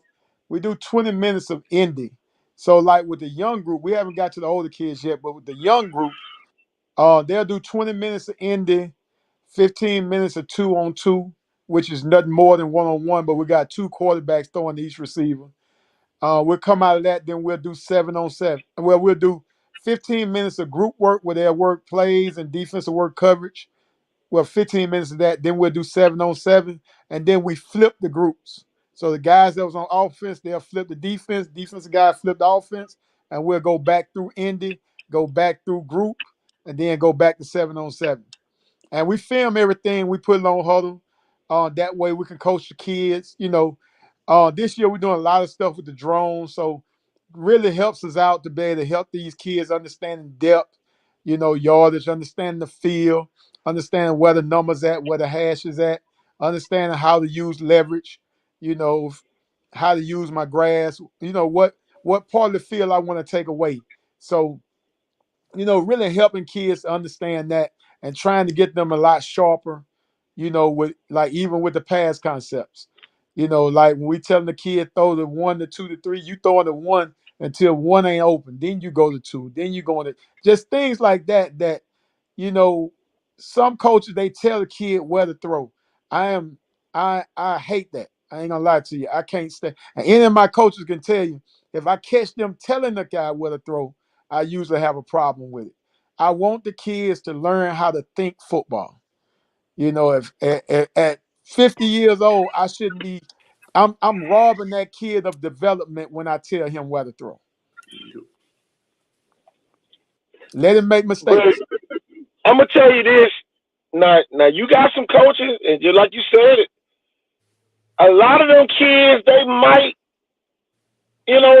struggle when they go back to their school when their coach say, "I said throw the ball." You see what I'm saying? So that's that's the thing that I see a lot. It's almost like a strong arm attack. The kids who ain't doing nothing always get a pad, but the kids who doing stuff catch hell. KT, KT, answer this for me. Yeah. Since AJ McCarron, right? Yep. Since AJ McCarron, name me 5 guys from the Mobile area that has been successful at the next level playing quarterback. Exactly. That's the problem. Shit, I got the key sweat face on over here. Nobody. Riley Leonard. Riley Leonard, the only one. We talking about since AJ McCarron. Riley Leonard. Shit. So I mean, we got to ask ourselves, Yeah. what is the reason? We have to ask ourselves, what is the reason? I mean, we can't keep doing the same things and wonder, and I mean, if I'm going to do 7-on-7, I got to address some of those issues. The I where know one thing. Tim Carter did tell Riley Leonard where to throw the ball. no. I know that for a fact. But think about it. Let's say if you get to college and that's the first time you had to think about the progression. Yeah. You're going to come back and tell everybody the coach ain't like me. Yep. That's everybody go to. Coach ain't like me. He was tripping. Yeah. How many times, Jeff? And boy, it's almost like everybody over here eat Cheetos when you ask. Yeah. No, he's right about that. Everybody pulling out oatmeal pies, drinking up a sip of Gatorade. Me and him has these conversations for a couple of years now. Well, coach, I'm gonna tell you something that I think we need to do, and let's try to get all of the quarterbacks together. They ain't got to go travel. You remember I used to do that, sometime during the week at some of my practices. I stole that from you. Now you told me, you said, KT, if they want to come in there, let them in there. So we might need to try to just get all the quarterbacks, and do like some free, because I know I used to have girls that used to come practice with me during the week and go play on other teams, but at the end of the day, they came and got their work. Is there any way we can start doing like clinics to bring them kids in? Big old thing that has to happen. Some of these guys got to come back and feed the guys that have it. You get what I'm saying? These guys that been all playing. I'm not just talking about players. Hell, we got coaches. I mean, you think about the guys we got that's coaching that's from this area. Right now, and I was messing with T the other day. I say, T, you can write a book on dual threat quarterback. This is his first year being a quarterback coach with the Ravens, and Lamar Jackson looked better than he never looked in his career throwing the ball. So you got You got T, you got Damian, you got Aaron James, Kenan Noyes out there on Pine Bluff. You got a lot of quarterbacks from this area that I think we need to try to figure out a way to get those guys to come Go to back. receiver. Go to receiver. The Exactly. people that gotta catch the ball. Yeah. We got But some people that can do that. I'm not saying coaching the kid, but just clinics for the coaches and developing these, bringing some of that knowledge and giving it to these guys. But we also have to have guys on this side that understand it's a different way to skin the cat. It's a different way to help our kids. And we can't say that we know everything. That's where I think all of us, we definitely gonna have to work, because we don't need nobody saying, "Oh, Buckethead just trying to get him out there." Oh, you know what I'm saying? We gotta have everybody out there. So now who you see what I'm saying, Warren? Now you're gonna eliminate the ones who trying to hide. That's why I say, Buckethead, we got to find a way to eliminate the hiding. We got some coaches telling kids not to come out there because such and such out there or such and such out there. No, we need all the kids out there. KT, working. how many high schools we got in this area? Too many. So 21 or some shit. 20, yeah. 21. All right. So that's 21 starting quarterbacks.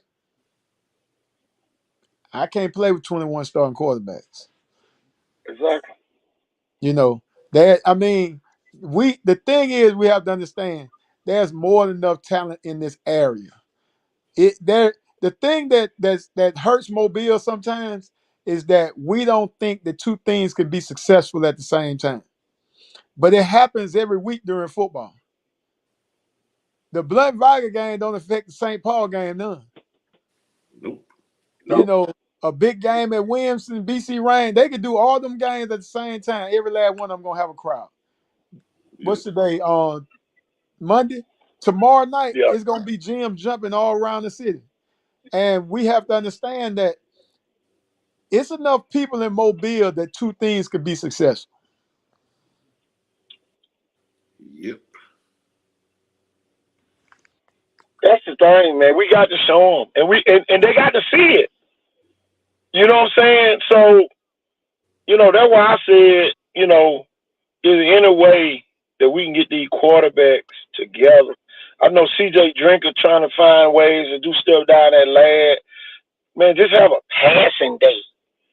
We got open passing days down here where you can just quarterbacks, y'all can come get work. See, here's the thing. And I ain't got nothing against quarterback country. But quarterback country can tell a kid, I'm going to let you come over here and work out for free. And everybody think that's the biggest thing going on.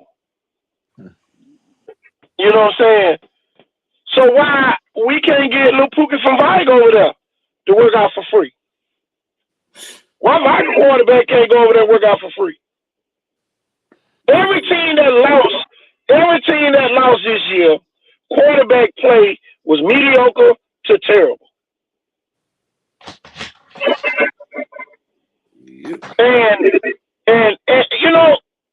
if we're gonna improve Leroy quarterback, Hubner, the kid got a good enough and he can run and throw. But what if Hubner came down here and worked out with somebody down here? How much better he could be? What we got? 3A. Who the quarterback over there? At Mobile Christian. Damian Gaston. Yeah. What do we get him? And he work out. See, he ran a touchdown, 70 yards. You know what I'm saying? Go show us quarterback or what? Jeff, a freshman? Freshman. KJ Lacey, a junior. Our quarterbacks could train each other. Yeah. No, we had the point really that our quarterbacks could train each other. All we need is just people out there with cameras, supervising, making sure ain't no playing around going on type deal, But other than that, man, come on. The Senior Bowl bring down all them quarterbacks, y'all. All them high school quarterbacks who they want down here. And they do a combine with quarterback country. Why we can't bring our own quarterbacks down here and do whatever we need to do. Get our videos up where now all these kids can see what they need to work on and look at other good quarterbacks. Yep. If LaFleur had a quarterback, they probably would have won more than one game. If Blunt had a quarterback, they would have won more than 2 games. Murphy had a quarterback, they would have won more than 2 games. Yep. Viger had a quarterback, they would have won a couple more games too. Shit, Viger Williams had a quarterback. If Williams had a quarterback, they would have won more. The coaches, y'all, I'm telling you. Somebody said a post today about our coaches not being paid enough. They not. They not getting paid enough, y'all. But they know this for a fact. Every volunteer coach in Baldwin County gets paid. Every volunteer, not the ones on staff, every volunteer coach in Baldwin County gets paid. Money. I'm not money, one for their time. A check. I ain't talking about, man, but we so appreciate you coming to help us this year. Every volunteer coach in Baldwin County gets paid. I want y'all to just sit there and think about that. How many wives gonna be happy? It ain't nothing but $1,000. If any one of them coaches gave that $1,000 to their wives and said, do what the hell you want to do with it, they got a whole happy house. But think about what the volunteer coaches go through over here. They don't get paid. They get talked about. Teams get talked about, and they continue to lose sometimes.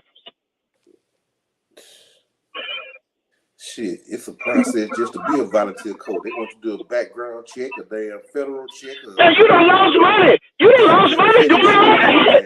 Hey, you want to hear from a 2008 to 2020 volunteer coach? You got one on this show right now. I ain't never. You gotta pay for your own. You gotta pay for your own background check. I ain't never. You gotta pay background check. If the coach love you, he'll put you in on the bypass system, so you ain't got to take the literacy test. Come on, man. What the fuck I'm taking a literacy test for? I done been Yeah, I'm telling you, man, to it's a major attack on your character, man. Man, them folks make you feel like you damn near retarded. And they still not gonna pay you to coach. And then I gotta go through all that KT just to deal with the hood. Talking about y'all ain't shit. Y'all went 1-9 again. Man, come on, man. You got 15 coaches on the staff and 3 of them getting paid. You do the math. Come on, man. Come on. You know. But y'all, man, it's an unfair disadvantage at the private schools. Lot of good salaries at them private schools just to be a coach. Just to say, I ain't teaching no class. I'm finna sit up here and just coach. Man, I'm gonna tell you though, they got them private school coaches in a nut hole right now. The city schools got them in a nut hole. The headmasters got them in a nut hole. The alumni and the boosters got them in a nut hole because they really redlining, bro. They really not accepting no high school kids right now. You know what, man? I'm gonna say that some of these schools not set up for the progress that has happened. Yep. I think I told you this, Warren. You know, I was in McGill for 9 years, right? My first year, I remember seeing a kid cut his dreads to go to McGill. Ain't nobody cutting their hair no more to go to McGill. So so sad.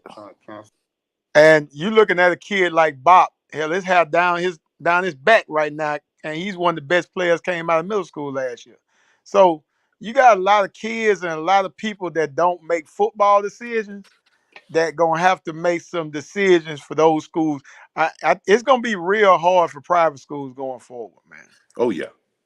It's gonna be. I mean, because some of the city schools in this area, you can get some of the same things you got from those private schools. Uh-oh. You know, I said that the other night, didn't it? hey, He talking my language. let me tell you what happened to St. Paul. By them having success last year and a little bit this year, they stuck in 6A for 2 more years. The rest of the sports in St. Paul is reclassifying to 4A. Wow. So St. Paul finna have a whole bunch of championships besides football. Yeah, besides football. Well, no, you ain't gonna get them in the other sports because they got a quota. They got a quota, bro. They not taking. A coach just can't go to the headmaster no more and say, I got this kid, he a stud, I got to get him in here right now. It ain't none of that going on. But you gotta think though, man. Even in that though, the sacrifices people was making to go to a private school, right? No, people don't understand. Like when you talk about a kid going to McGill, right? My daughter was at McGill when I went there, right? Yeah. Dog, you spending. Let's just say we just talking about lunch. Don't worry about tuition yet. Let's just talk lunch.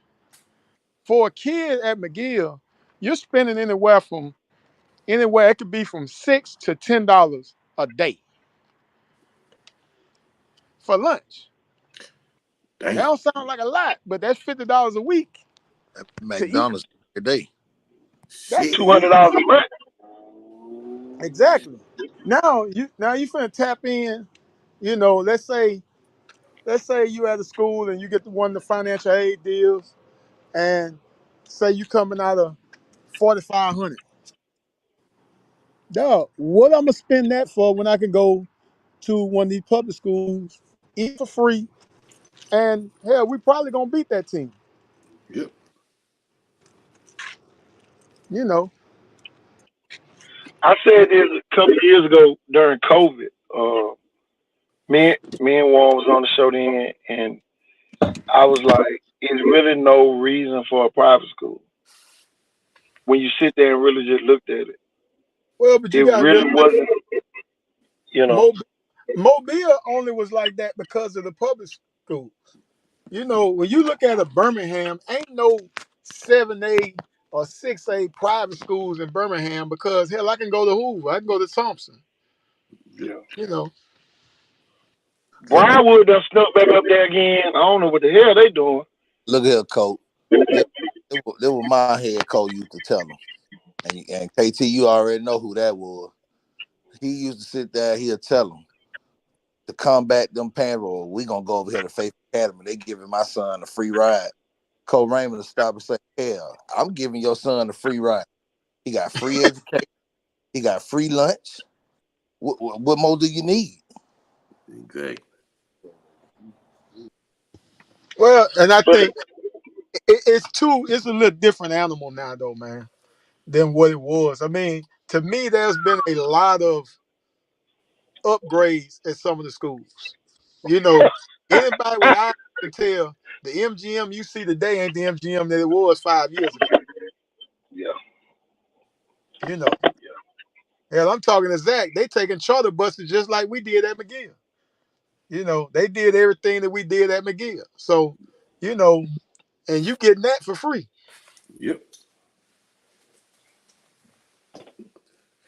I ain't see no fundraisers. He did a couple. Think about Oh, he did a couple. Yeah. Think about this, y'all. What Gus Shores doing? We don't know where the kids coming from at Gus Shores, y'all. Still not. Well, I'm Up gonna north say this somewhere. too. I'm gonna say this.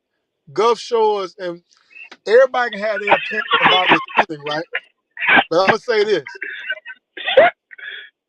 I know for a fact that for every kid they think is being recruited, that's 3-4 kids that gonna come because the thing is shining. One thing HUD I think did a real good job of is selling this program. He Yep. always has something putting it out there, like he's doing it bigger than everybody else. Like he's bringing in college guys. He's, training on the beat. They did a real good job of selling their program. And I think that's some stuff that, before we start talking about kids' decisions, because at the end of the day, what none of these coaches, high school coaches want to hear, you ain't got custody of no kid on your roster unless he Nobody. got your last name. If his parents decide to move, that's their child. They can do the hell they want to do with their child. If you the days of treating a kid like nothing, he stay and take it for 4 years, that shit over. Yep. You gonna treat this kid right or show up in a different color. Quick. Tell you, boy, they'll be handing you back your damn girdle. Yeah, coach, I'm gone, coach. I'll tell you. Tell you. But man, I'm telling you, man, it's good dialogue for us. Everybody on here, all the leaders on here. If it's more, we need to get the rest of them on here. We Hey don't even know. KT, Yeah. hey, I'm gonna have to turn it in, man. I'll get with y'all fellas. All right, coach. That's You what good? it do, Coach. I'll highlight you tomorrow sometime, bro. But man, I'm telling you, man, it's a major shift, man. We're gonna have to figure it out, Jeff, Warren, Coach T. I'm serious about trying to get all the quarterbacks. Coach say 21 shit. We need 42. We need the first and the second string damn quarterbacks coming to these damn workouts. And my thing, then we can see what high school really holding kids back. Because if we doing something, if we can get down there and get with CJ and them and just tell them to give us a couple hours at LAD during the week, for them to just come down there and throw and just camaraderie building, more than anything. I was sitting there looking at them rings. Y'all, we gonna be giving out, man. That was a major move to get a sponsor. Man, I'm telling you, man. And then Warren, me and T was on here talking, and I think Jeff was on here that night. We was talking. It's time for us to go and start giving out Super 77 rings and top 100 rings in basketball to all the top players. Have a banquet where we bring all the kids together, take pictures, get photographers there. Man, we got it's the lamp light. You know what I'm saying? Where at sometimes we got to show them. We sit around here and let AL.com do a doggone awards banquet for Mr. Football, like we can't do a Mr. Football for Icon Sport too. They'll never respect us if we don't match what they doing. Right. They're always, no, we ain't gonna give them no media credentials. Why do our youth football teams have to travel to Miami? No, Miami come to us. Exactly. We gonna have all these turf fields, Warren.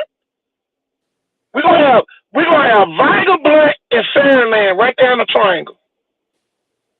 Satsuma in the box. Think about it. All 4 of them schools gonna have turf. Then you can throw the floor in there. That's 5 schools with turf. And we can't have a major youth football event down here for our teams and anybody else that want to come down here. 7-year-olds at this stadium, 8-year-olds at that stadium, 9-year-olds at this stadium. You see what I'm saying? But we just sit on our hands and let our team think they going out of town being big and better than everybody else.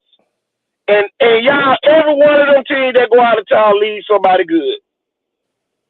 Man, them kids in Birmingham, I'll tell you what I learned. Traveling that highway.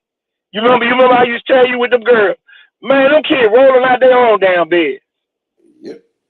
That's the biggest advantage. You got a Mobile team play against a team from Miami. Them kids getting out their own bed. They ain't have to go in the hotel room and be up all night because little Kiki can't take his ass to sleep. Man, come on. Somebody, motherfucker just hit the corner, just making noise for no reason. Motherfucker up all night.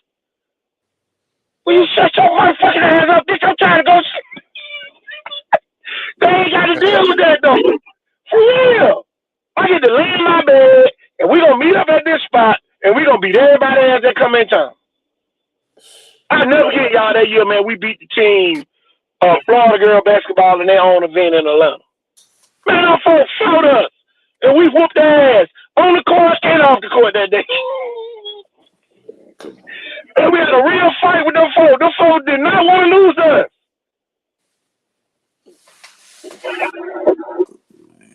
But, you know, at the end of the day, man, we just got to, just like we did tonight, one with the first step. And guess what? If it's some more leaders, let's get their ass on here, too. Yep. Let's get everybody on here so we can kill what they said all the time. We gotta get Troy McGask on here. Yeah. We got to get Jason Barnett on here. Yep.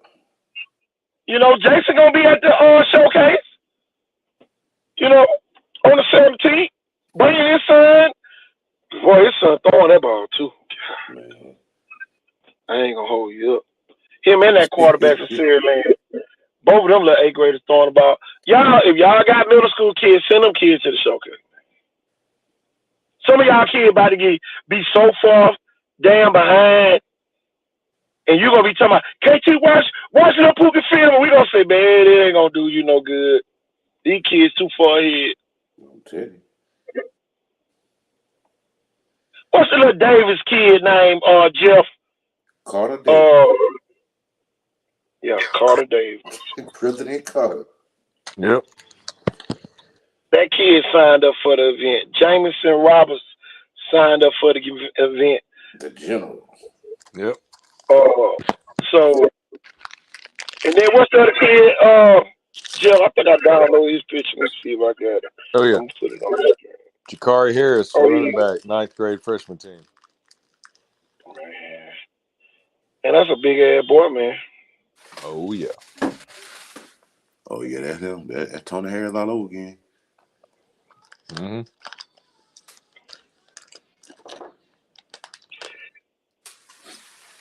I'm telling you, man. I love them rings, though. I ain't gonna sit here and hold you up. I'll tell you, I ain't even finna sit here and play with you. Dream takes on one side, Super 77 on the other side, and then one we coming back with the Super 77 ring for the top Super 77 kid. Man, these kids finna be blinging that. That's a man, you a kid at Sandland, and you make the Super 77 too. Big ass Super 77 ring on your finger. Yeah. Man, it's finna go crazy. It's about to go crazy. Y'all, we gonna put Super 77 on the top of the ring. Shit. With the damn logo or whatever. Shit, we gonna come up with some football 365 on the side. Yeah, Telling you. Boy, you know, my thing is this, man. All this is for the kids, man. And one, I'm gonna tell you what we're gonna do too. We need to get Buckethead on that panel. I know he's an active coach, but he 251 for that. Well, everybody can nominate some kids for the Super 77. You know, we still got our youth follow kids that we know gonna be on there. The Demopolis kids, you know, them kid Wade off Aliceville might have one. Chemo probably be on there too. You know, but we need to have the top 77 kids. You know. Yep. And then my thing is this: if you ain't have a good season, bring your ass to the showcase so somebody can vouch for you. We're gonna put Jason Barnett on there too with GCA. We're gonna get Jason Barnett on that Super 77 thing too, Jeff. Jeff, you heard me? Oh yeah, I heard you. Yeah, we need to get with Jason when he come to the showcase. Put him on that panel, and then shoot. Well, we should be announcing the Super 77 on Christmas. Good, man. I just remember, that one of those Saraland that I was part of, where, man, we even had a Theodore Senior, run a high 4.49. But I mean, that's the kind of stuff you see out there, man. There's some kids. Demon Jones, Demon Jones, one. Yes, sir. Yeah. That boy can fly. Boy, showed he play running back too. Yeah. You talking about Cyber? He gonna be there, Roy. Cyber to be there. He might be talking about that quarterback too. My thing, y'all, kids coming from Washington County, Choctaw County, Linden, everywhere, man. Them kids coming, man. They coming, man. They want. Yeah. Man, Baldwin County. Y'all, a kid from Baldwin County signed up today. Dang. Kudos. Expect a lot of those freshmen and sophomores from Saraland and Central. I'll be surprised if, even here in the next couple of days, where it's almost like, whoa, man, it's going to be kind of a good My thing is this too, third y'all. of the kids. Vanya got a lot of kids over there. Blunt got a lot of kids over there. Yeah. I think I got 2 kids from Blunt signed up for the showcase. No kids from Vigo signed up for the showcase. Man, That's and a we've problem. had kids That's a problem we got in the community. They skipping steps. Yeah. We've had kids in the past come, so that's my thing is this, y'all. Don't be mad at us because of some statements that we said probably during the season. Y'all, at the end of the day, y'all, whatever we say over here need to be said at the time. It ain't nothing personal. But to only have 2 Black kids and no Vigo kids signed up for a showcase that's in Saraland is not good. It ain't good. It ain't good at all. I was in a meeting today. And y'all, it's some inner city coaches about to get fired. I can't vouch for you. I can't vouch for you as a coach when you just sitting around here weighing your feelings on your chest. See, some people might say, "Oh, KT, man." No, some people value what we say. That's in high places. And me and Warren saw this when we went to Andalusia right after the Vigo. Y'all, we left Vigo State Championship game and went to Andalusia that same day. And man, we walked up in there, man. It was like, there go KT, no, they go Warren and KT. They sitting on the front, man. People come from everywhere. So y'all, we valued, but people want to diminish. You can't diminish what people done built, relationships and all that other stuff. But y'all, we about to be shocked in the next couple of weeks. Coach, let rivals come down, and some of them same coaches that about to be fired to be like, "Hey son, you need to be going to the rivals showcase that got here." But you know the thing, Coach T, they don't even know how to perform at the rivals. Well, I mean, I'll say some of the stuff we had kids that they go to us first and then go to the rivals, and they end up doing way better than they thought they were going to do. And they hadn't ever done that good, and they went before. I'll tell you like this. You go to a rivals camp, let that be your first camp, and watch how you ruin your career. Thank you. Yeah. I think we probably had you say that word for word 2 or 3 years ago. You need training for the rivals camp. No, here it is. T. And Warren will tell you, and Jeff will tell you this. All them jokers who you thought was good be at the end of the line, looking around to see somebody else go first. Yeah. Yep. It'll be some of them younger bucks where you're like, well, look at this kid. Like, he's ready to go a third time. Man, He don't it be even need a jokers third who time. 45 It's like, times, you and got a y'all, it be broad jokers who jump, you you got thought a was 575. good. Chill, bro. Man, them kid be barely going. I know you talking about what? Man, be kids barely going in the line, y'all. Man, you'll be blown. You'll be like, man, the kid's scared to death. Parents be to spend their money. But see, I'm going to tell you, if I was, if I still had a dog in a fight, you finna take your hands out and I'm finna see how you act around the other great players. Mm-hmm. Yeah, I'm telling you, man, you will see, T, you will see some of the ones who you thought was a dog at their school. Man, them juggers be almost running behind somebody else's tail. Well, I done been to a few showcases and combines, so I do know them. Man, they be out there getting each other Twitter accounts. Man, I'm telling you, will be blown, T. I'm telling you, this shit will blow you.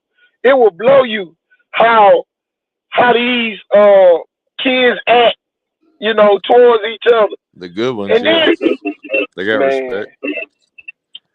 But I'm gonna tell you this though. Think about them young dogs. They come every year one, and boy, they get better and better. And boy, by the time they get to be juniors, they be dominating the doggone showcase. Yep. I'm gonna tell you though, I got one kid I know gonna get a ring. And y'all already know he is too.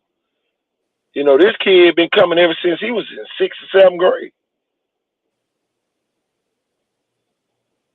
And his mama and them drive and y'all, we ain't gonna just give it to him, cause guess what he gonna do? He gonna outperform everybody. Yep. He gonna outperform everybody. See what he ran last time, or what Noah Ray ran last time, or Jeff, about a 4.4 something. Noah Ray was getting him, war. Man, Noah Ray look like a damn bodybuilder out there.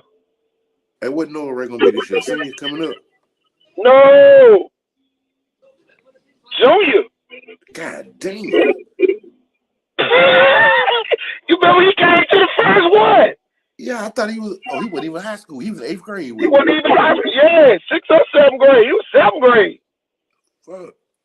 Yeah. Yeah, you can tell he puts time in the weight room. He Look like somebody drew his ass. I'm telling you. stance Look like a little start, baby he made. Yeah. Warren Great jumped. kid. Man, the boy had a broad jump out of this world, man. He damn near jumped out the pit, Warren, on the broad jump. That's how athletic he is now. Oh my God, it's crazy. It'd be crazy. That's why I say, it's gonna be, the momentum catching on. I'm telling you, man, them rings though. Boy, definitely want to leave one of them on your finger. A little bling for your, for your time out there. Hey, if you don't get one, hey, let that be momentum. Or let that be a push to come back and earn one the next time. Yeah, motivation. Yeah.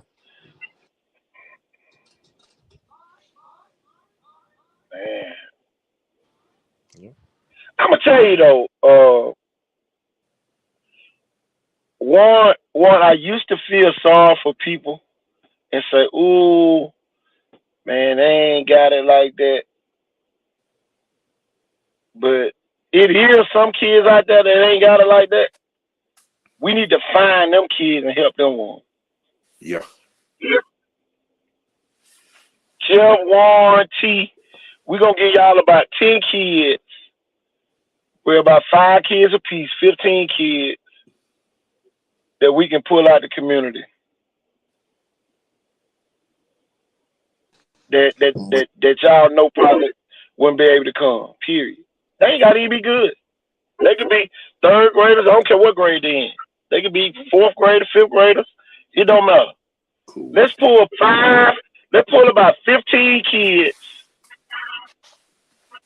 Roy, I see you on here, Roy. I need 5 kids from you. Let's make it a cool 20. 5 kids, Roy. That's all we need. All they gonna have to do, all y'all gotta do is send me the names, and when they register, they register. Gotcha. 20 kids, y'all. 20 kids. Y'all need to begin with Roy, Coach T, Jeff, or Warren. Y'all, we're gonna have 20 free entries for the showcase. Hey, rivals would never.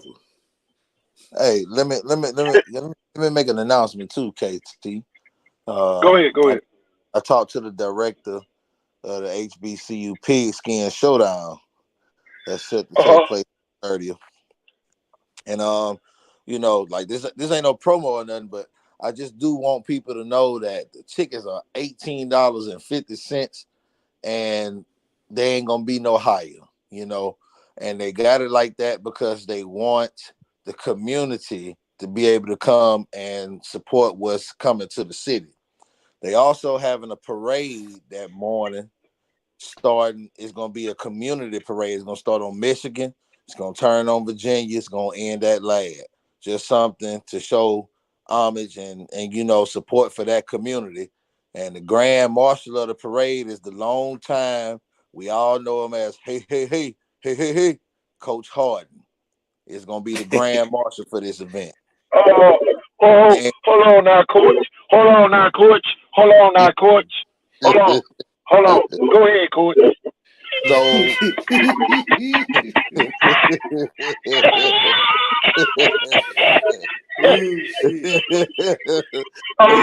my thing is this. It is a promo.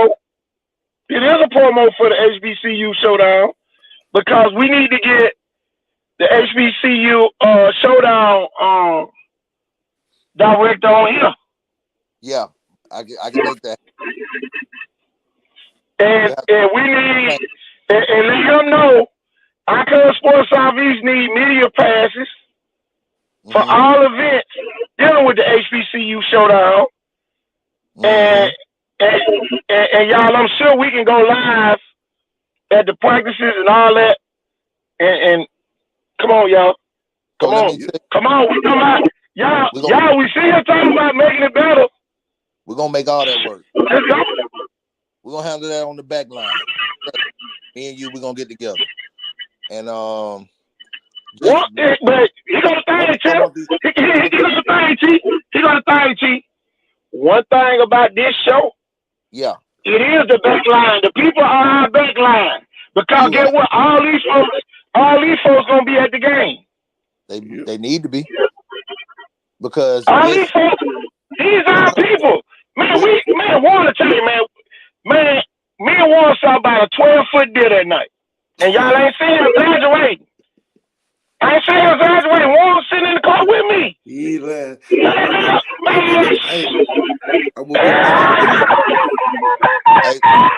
So check me out right here, though, KT. One of the teams is going to be by the coaching staff from Edward Waters College. And the other team going to be coached by all-star staff from Alabama State. Mainly their whole defensive coaching staff is going to come coach the other team with a few ancillary guys, to handle the offensive stuff. It's going to be different guys. It's not going to necessarily be all Alabama State when it comes to that other team, but the entire defensive unit is coming. And if the kids know out here, Alabama State was top 5 FCS defense this year. And they got about 3 to the draft. They don't know. That's why we here. So we going to make them know. They're gonna have pro scouts just like the Senior Bowl. This is our Senior Bowl. Yeah, it is. It's the HBCU Senior Bowl. Well, my thing is this: if we open up this platform, he should be announcing who all coming. We should start getting them people on here, so we'll know who coming. Why we gonna wait till the game, T? And then now it's a mystery who playing. We need to know all the top dogs that's coming. even the local people that's coming. You know, we need to know that up front because that's how you gonna sell this game out at $18.50 a head. You know, one thing about Mobile, they ain't coming unless they know somebody. That's right. Well, we got quite a few from Mobile playing in it. Just like I said, we need them guys on here, and maybe that can be the time where we get them quarterbacks and them receivers down here to work with our youth. Let them do a free camp or something. Shit, ain't gonna be but throwing practice. Shit, we'll call it a showcase. We got to make sure our kids make it. Even if it's just coming to talk to them. Tell you. Y'all, I'm telling you, A-Game, one of our sponsors. Y'all, I get A-Game to give us T-shirts, hats, whatever we need for them kids to wear, so everybody have on the same thing and go meet these people. You know what I'm saying? But at the end of the day, I just sent go ahead. Right now. Okay. Just sent My thing is this. This network and y'all, it ain't our network. We just on here. It's the people's network. Okay. That's just like the tournament coming up, Warren, up in Andalusia. You already know. They say, you know that hospitality room gonna be kicking KT. Man. And y'all know what I'm gonna be. Man, come on. Man. Them folks do not play like that, man. Man, it's a whole nother world, y'all. Y'all, we ain't in no competition about no export. Y'all, we are a brand. Icon Sports Southeast is a brand. Whether we want it to be or not, is there to stay. The Highland Sports Network, Warren Network, all this brands. So why we sitting back here, just like Buckhead just said, why we sitting back here letting AL.com them come up with a Mr. Football? We come up with our own damn Mr. Football. Yep. Shit, we might give out Mr. Football rings. And Coach, shit, them motherfucking kids man, come on, y'all. And Coach, we dropped my company, we dropped the network off because we wanna solidify some things before it's a full network, but we are Hollis. We got you covered. And me and Warren talked about that the other day. Okay. Warren, y'all, we gonna be covering playoff games. Okay, man. Cool. You already knew what I was saying. No, you see, here go the thing, y'all. I ain't got the contract. I'm finna put you on the contract. And all us gonna be on the contract. Oh, okay, my bad. All us gonna be part of that network. Okay. That's why I said don't drop network. Okay. Shit, that's network. That's network. Okay. We're gonna leave it there. We had as a network, but they went on, did whatever they wanted to do, blocked everybody from us, made the people turn against us. Mm-hmm. Wanna know what I'm talking about? Wanna know what I'm talking about? Shit. Y'all, I went from having credentials to not having none because I said I wanted all our people on here to have them. Oh man, we can't do that, dude. Okay.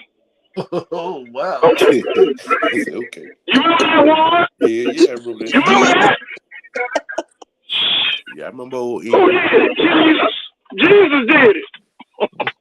Somebody, we can't do that, dude. Well, you gonna be doing that by yourself then, dude. Man. Tell you, man. Just like I say, look, boy, just like I say, we gonna be doing, matter of fact, so we might need to work on it now so we can go to the Final Four.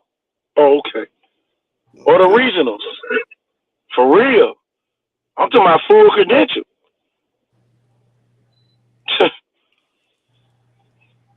Man, come on. Yeah, I'm talking about take the real takeover. And this time I ain't gonna let Mobile County make me cuss their ass out and lose mine. This time. Cause y'all, I had them. Man, I'm so damn mad. Man, them folks lied on me so bad tonight I wasn't supposed to be in the stadium. And guess what? When they found out I was supposed to be there, them folks still didn't apologize. Man, them folks left me and Jeff. Man, them folks saw I done. Remember that, Jeff? They had you and Arthur Mack standing outside that night of the press box. Let me see if Jeff's still on here. Jeff, you on here? Jeff probably sleep. Jeff, you sleep? But anyway, man, them folks left Jeff and them outside. Him and Arthur Mack. Only way Jeff got impressed by that night, he was with Arthur Mack. Tell you, them folks are done. No, bro, they left. But we had them. Man, come on, man. They Arthur Mack left. been coming. Man, them folks were so mad. Anybody that looked like KT could get in the press box. That was the same night Jeff Kelly. That was the same night Jeff Kelly told us, you tell everybody they're gonna be playing for second. That was the same night. He told me to tell everybody. He said, KT, you tell them all. They playing for second. Boy, look here.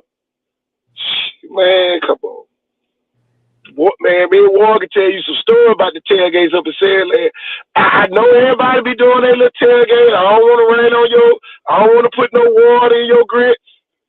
But you can't mess with them folks in Sandland when it comes to hospitality. It ain't even close. It ain't even close, Warren. I'll tell you. Shit.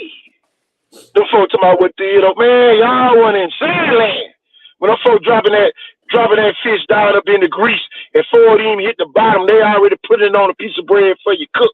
Man, come on. And then Chris saw them had that big ass grill. Them, oh man, come on. Man, meat falling off the bones. Hey, before the game and after the game. Man, come on, sit down somewhere. Come on, sit down. And we talk football. Come on, man. Ain't nothing like it. KT, Me and Warren said right there, told them people be patient. check the back. We said right there at the tailgate. Who at the back door? No, just check the chat. Oh, okay.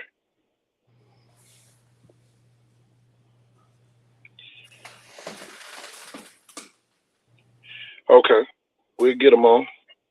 He coming tonight? He said he up, and he said if you want to talk tonight, he is wide awake. What he waiting on? He bring his ass home. What is the hottest show in America right now? We got Warren Bates. Boy, look here. Boy, we the hottest damn show in America. Hey, I've been look. paying attention. Hey, y'all get him on. attention. Hey, y'all get him on. I'm finna go fix my plate right quick, but I'm on here though. I'm here. Oh yeah, man, I'm here, and if I start snowing, just mute me.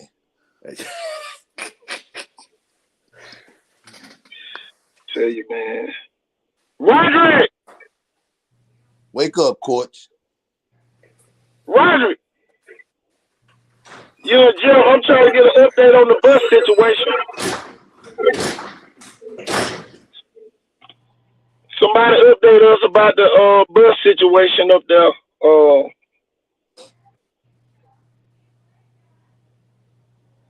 Man, I'll tell you, man, I got to put this on the screen. I don't care what nobody say. You get bad tonight.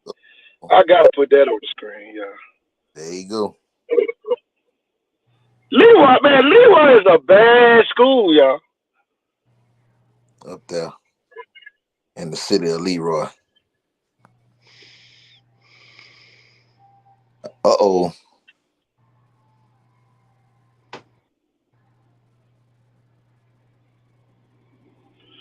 Like I say, man, ain't nothing like, man, I'll tell you. I just let it all out Monday here on the show. I ain't even put the let it all out Monday about on them. Well, I'll tell you, I'm slipping tonight. It's all good. There we go. It's all good. No place like home. Mm-hmm. Tell you, man. I'm going to tell y'all this.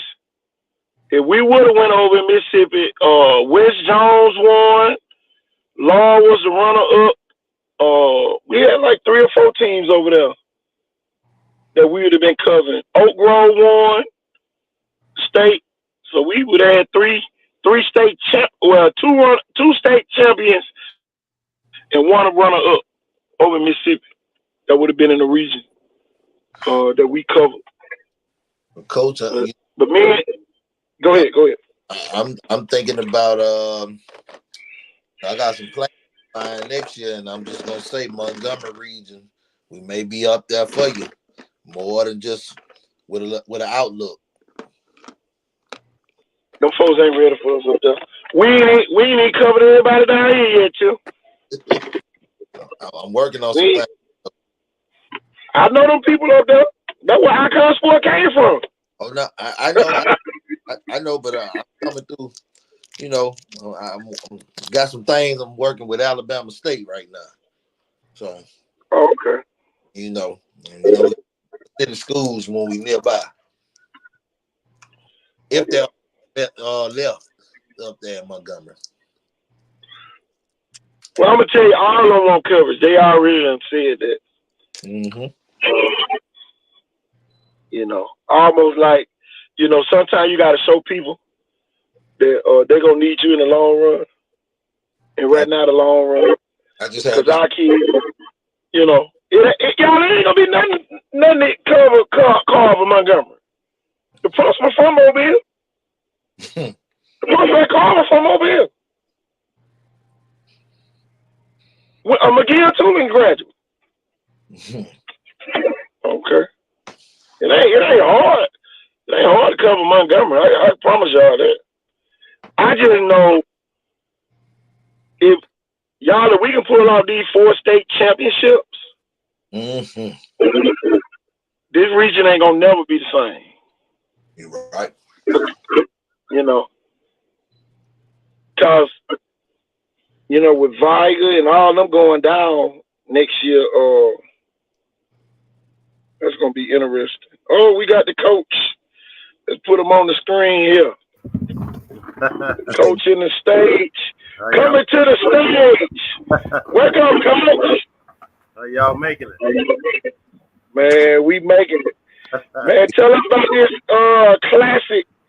I mean, this showcase y'all got coming down here to our area, region, whatever you want to call it. We're going to put you on the main screen tonight. What's the name of the event? So the name of the game is called the HBCU Pigskin Showdown. Oh, man. Yeah. It's going to be big. Tell everybody out there in our viewing audience, you know, what's the deal with the HBCU Pigskin Showdown? Well, it's an all-star football game. I guess you would compare it to, you know, any other all-star game that you would see, like the East-West Shrine game, the Senior Bowl, I mean, the Hula Bowl. Those very, very similar to those, except it's just for kids that played at the HBCUs across America. So, you know, we bring 88 kids that come from everywhere from Alabama A&M, Alabama State, all the way up to, you know, Delaware State. So we bring 88 kids, put 44 guys on each team, and you know, have them come in for the week. This year we did our first 2 years, just so you know, we did it right outside of Selma in Marion. Selma, I heard about that. Yeah. So and we were just trying to get a reputation built up and finally got enough traction going to where you know, the folks over at Last Stadium were interested in what we was doing, and so we wanted to bring it back home to Mobile because that's where we're from, and Mobile really is an all-star game city, so it understands, you know, when NFL scouts are in town evaluating. Mobile knows what that is, and just wanted to try to get in there and do something good for the hometown. I'm gonna say this: we, you know, grew up around that neighborhood, and you know, quiet as kept. We used to climb that fence to get our workouts in, and you know, so Last Stadium has always meant something to me and my partner, Coach Grove, and you know, we just happy to be coming home and happy to be bringing those NFL scouts and happy to be bringing them kids in town. Well, I'm gonna tell you this: Icon Sports Southeast definitely want to be there with y'all. You know, I told Tim we got to get our media credentials so we can come around and do some lives. Yeah, Let everybody see what's going on. Mm-hmm. Some actual sit down shows. Yeah. Tim. T got the Holly Sport Network over there that we gonna help them build up a little bit more. So man, I'm telling you, we got a lot of people. We got the show Football 365 for a reason. Yeah. Cause we cover football 365 days now here in this region. So this can be something major for us to be a part of. Yeah. I know, man. We're excited about it, man. I definitely want to be partnered up with y'all, man. Tim been good to us, man, and he speaks highly of you, and y'all just let's make this thing work together. Oh yeah, man. That's the number one goal, man. And man, we want to start getting some of those players that's gonna be coming back, to play in the game. Get some of those guys to come on here and do some interviews and man, make this the biggest event to ever hit this region. And what's the date on that particular game? So the game is Saturday, December the 30th. And so what we'll do is we'll bring the guys into town. I mean, we fly them kids in, so we'll bring them in on the day after Christmas. So we'll have them in there Tuesday the 26th. Practice all throughout the week. NFL scouts will be evaluating the practices throughout the week, and then play the game on that Saturday at 2:30 p.m. December 30th. Now I got to tell y'all this: we got four local guys. That we got Jonathan Williams, Alabama A&M offensive lineman that comes out of BC Rain. We got Cameron Young, wide receiver out of Alabama A&M that comes out of Daphne. We got Ryan Huff, who's a punter out of Spanish Fort that punted up at Tuskegee, and then we got AJ Lewis, who's a tight end that came out of Murphy High School. Murphy. Yeah, so he's coming out of Alabama State by way of transfer. Yeah, that's right. So we got pretty good. And also, I don't know if y'all know the name. At least this was during my time, but there's a really good. I was a football guy at McGill, but there was a guy. Claude Coleman was a really standout basketball guy. And Williamson. Yeah, his son. Yep, you're right, Williamson. And Claude's son plays at Arkansas Pine Bluff. He's a wide receiver. So Claude Coleman Jr. is going to be coming to play in the game too. So I'm excited about that too, because Claude's a good friend of ours, and we just happy to have his son. Even though his son didn't grow up in Mobile, but that's still a pretty good Mobile tie based on how good Claude was as an athlete at Mobile. Oh man, down at Williamson, coming back to his. Claude used to live right there by Lad. He did. Yeah, that's right. Claude lived right one street over from Lad. Him and Eric and I can't think of his sister name. All of them played basketball. Yeah. Coach Williams, I told you this man know everything.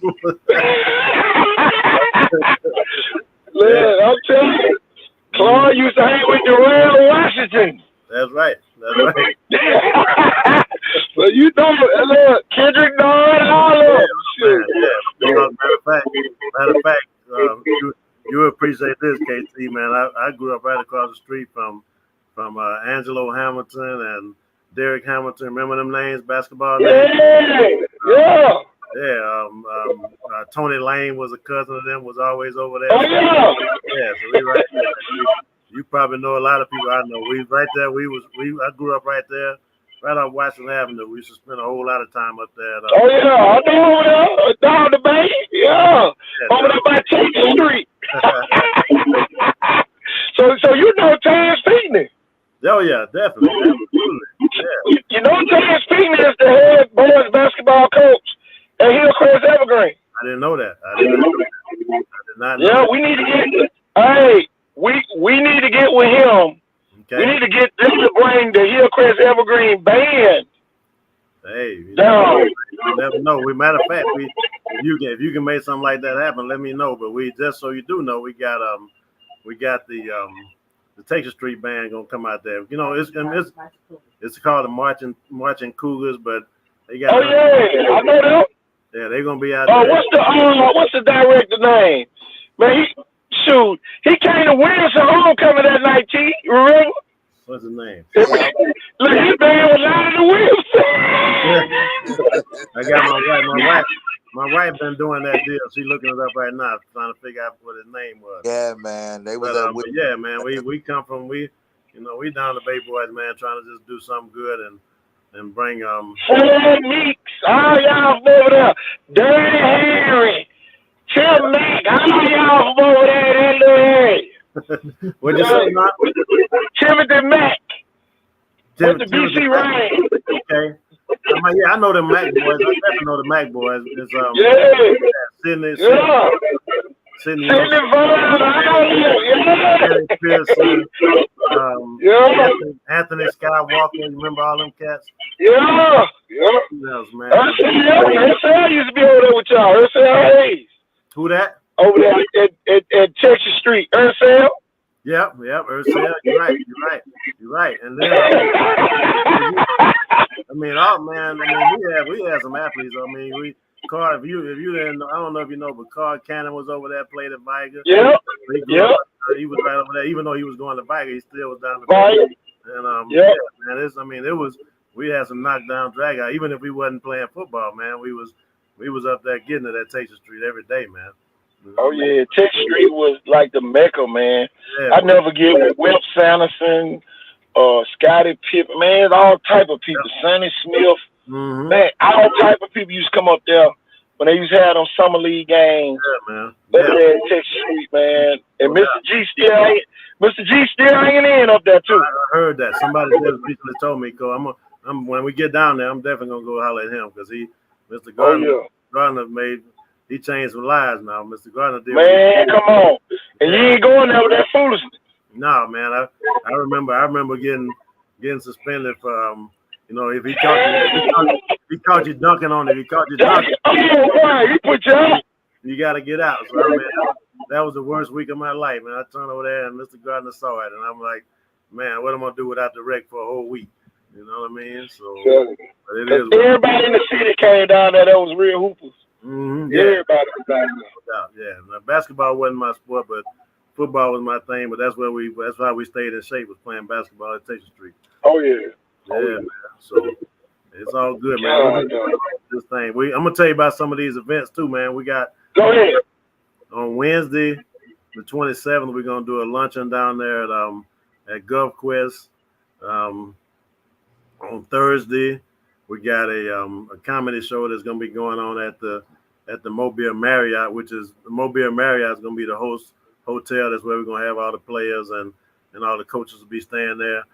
Then on Friday evening, we're gonna have a block party on St. Louis Street at the Brady River Brewing Company. He's gonna block off the street. We're gonna introduce all the players and have them meet the players that night, and then Saturday morning. And then the Grand Marshal, I got to tell you, if y'all know about Williamson, Grand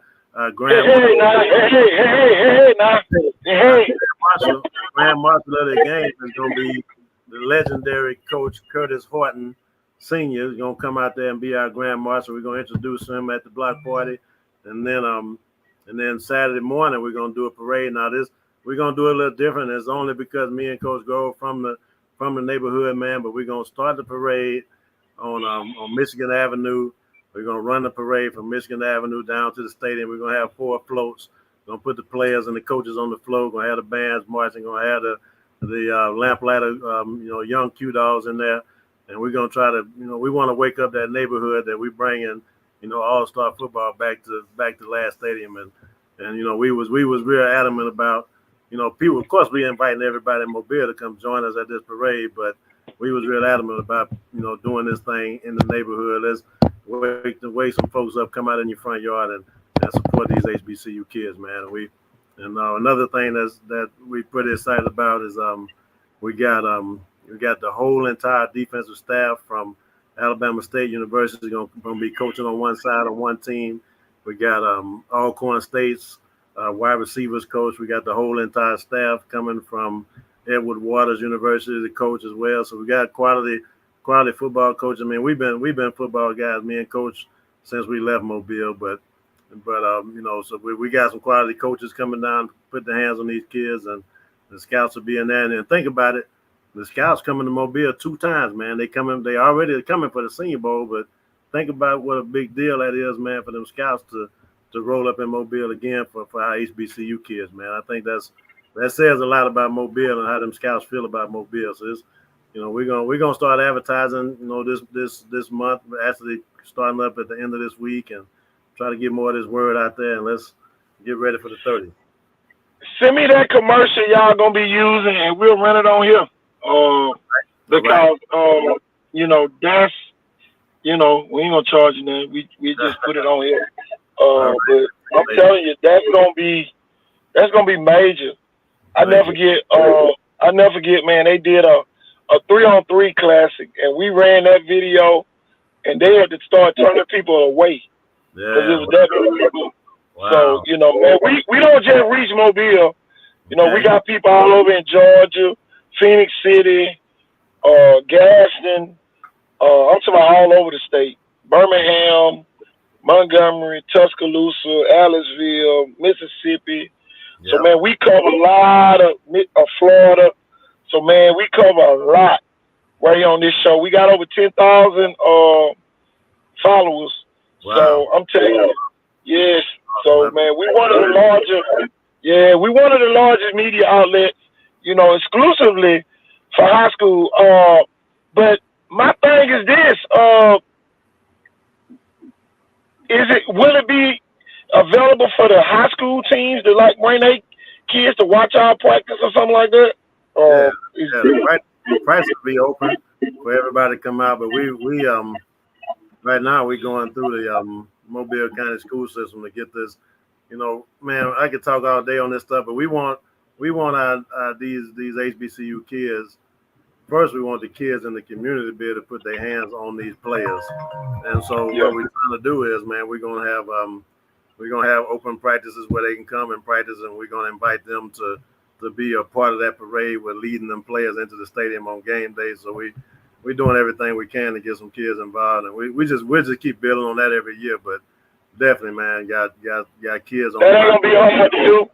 We doing a top player showcase on December the 17th. Okay. You let me know how many kids we gonna need. We might have 250 kids at this showcase. Okay. So yeah, and they coming from everywhere. Okay. And I'm talking about, you know, just like it ain't got to be Mobile kids. We got kids coming from Laverne, Alabama, Butler, Alabama, Linden, Alabama, Selma, Alabama, Haynesville, Alabama, Lettahatchee, Alabama. So Greenville, Andalusia, it don't matter. Evergreen, it don't matter. You know, we got kids all over this region that I'm sure I love to put on their jersey or whatever y'all want them to put on and walk in that parade, man. Just like I say, anything we can do, we gonna do it to help you. You know, we got all the coaches' numbers, high school coaches, or we can give it. So at the end of the day, just like I say, it shouldn't be no reason why this shouldn't be the biggest bowl game ever. And, you know, just like I said, if you want all the top players there, we probably can get all of them there. Yeah. You know, so, you know, just let us know because we'll be releasing our Super 77 team on Christmas. All right. For the top 77 team, top 77 players in our region. And you talking about Georgia commits, you talking about Alabama commits. You know, I'm talking about it's the who's who. You know, we got like 45 or 46 Division I prospects on that Super 77 team. All right. So I'm telling you, I gotta tell you this, KC. My wife over here laughing at me because I like to tell the story about being a part of the Super 22 back when I was playing. As a matter of fact, it was the running backs were me, Electron Williams, Paul Caldwell, and Milton Tucker out of Beach Rand. I had 4 running backs on Super 22, and so I always remind people that I was part of Mobile Super 22. So she over there laughing because she's hearing you talk about it. Coach Chris Gould said, "What's going on?" Who said that? Coach Chris Goo, he in the comment. Hey, Goo, what's up, Goo? How you doing, man?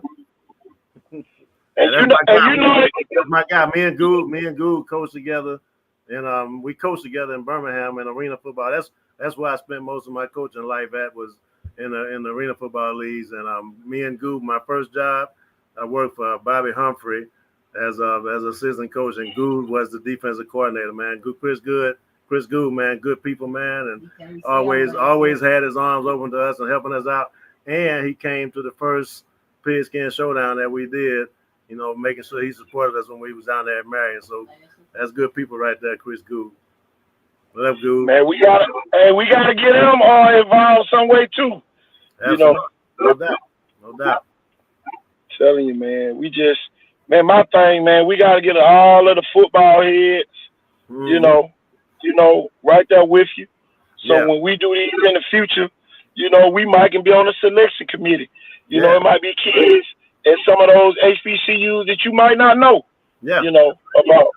You know, I know Tuskegee got a bunch of them up there. Ain't no doubt about that. Miles Scholars got them too. We're trying to get them, man. But you're right. I mean, just right there in Alabama, you probably got 30 kids that can play in this. Now, you know, Aaron James is from Mobile. Coach at Tuskegee. The head coach at Tuskegee. I didn't know he was from Mobile. I did not know that. Yeah, hey, you better not say that, because he started off the back. Blunt State Championships out there. Okay. I didn't put that together, man. I done seen that name 1,000 times. I didn't put that together. So yeah, okay. Well, you better not say that too loud. Aaron James to go crazy. I'm the only undefeated quarterback. Don't tell them about it. I'm the only undefeated quarterback. Yeah, man, but I didn't realize I was the same person. My bad. Yeah, definitely. Yeah. Man, we got to get you connected with him. He on speed dial. Yeah. You know, he on speed dial. We might can get him down here coaching. Some of his coaches. Mm-hmm. You know what I'm saying? So, you know, just like I said. Just got his punt. So, yeah, man. Man, we definitely going to do everything we can. We're going to turn over every rock and try to get everybody who need to be involved with you. Okay. You know? I appreciate that. Definitely, man. That's the reason why make sure we get that logo so we can start pumping it out. You know, I know we'll announce it at our showcase on the 17th. Shoot, man, we got A-Game Sports Drink. That's one of our sponsors. Okay. For the showcase. All right. So maybe we can get them to probably do something with y'all too. Hey, man. You know, we taking whatever you offer, man. Definitely hook us up with that for sure. No doubt. Tell you, man. And especially Coach Goo, we gotta look. Coach Goo kind of shy, man. He one of the top players to play in Alabama. I ain't never seen what that doggone shy and modest. Everybody else, you know, his brother P.L. Him and P.L. opposites. P.L. wide open. Then you got Tony Olango. All them, man. I'm telling you, man. Hope we can get all them down. That's all his family. Yeah, Goo. We need to get Shauna Williams involved. Yeah, Sherm too. We need to get him involved.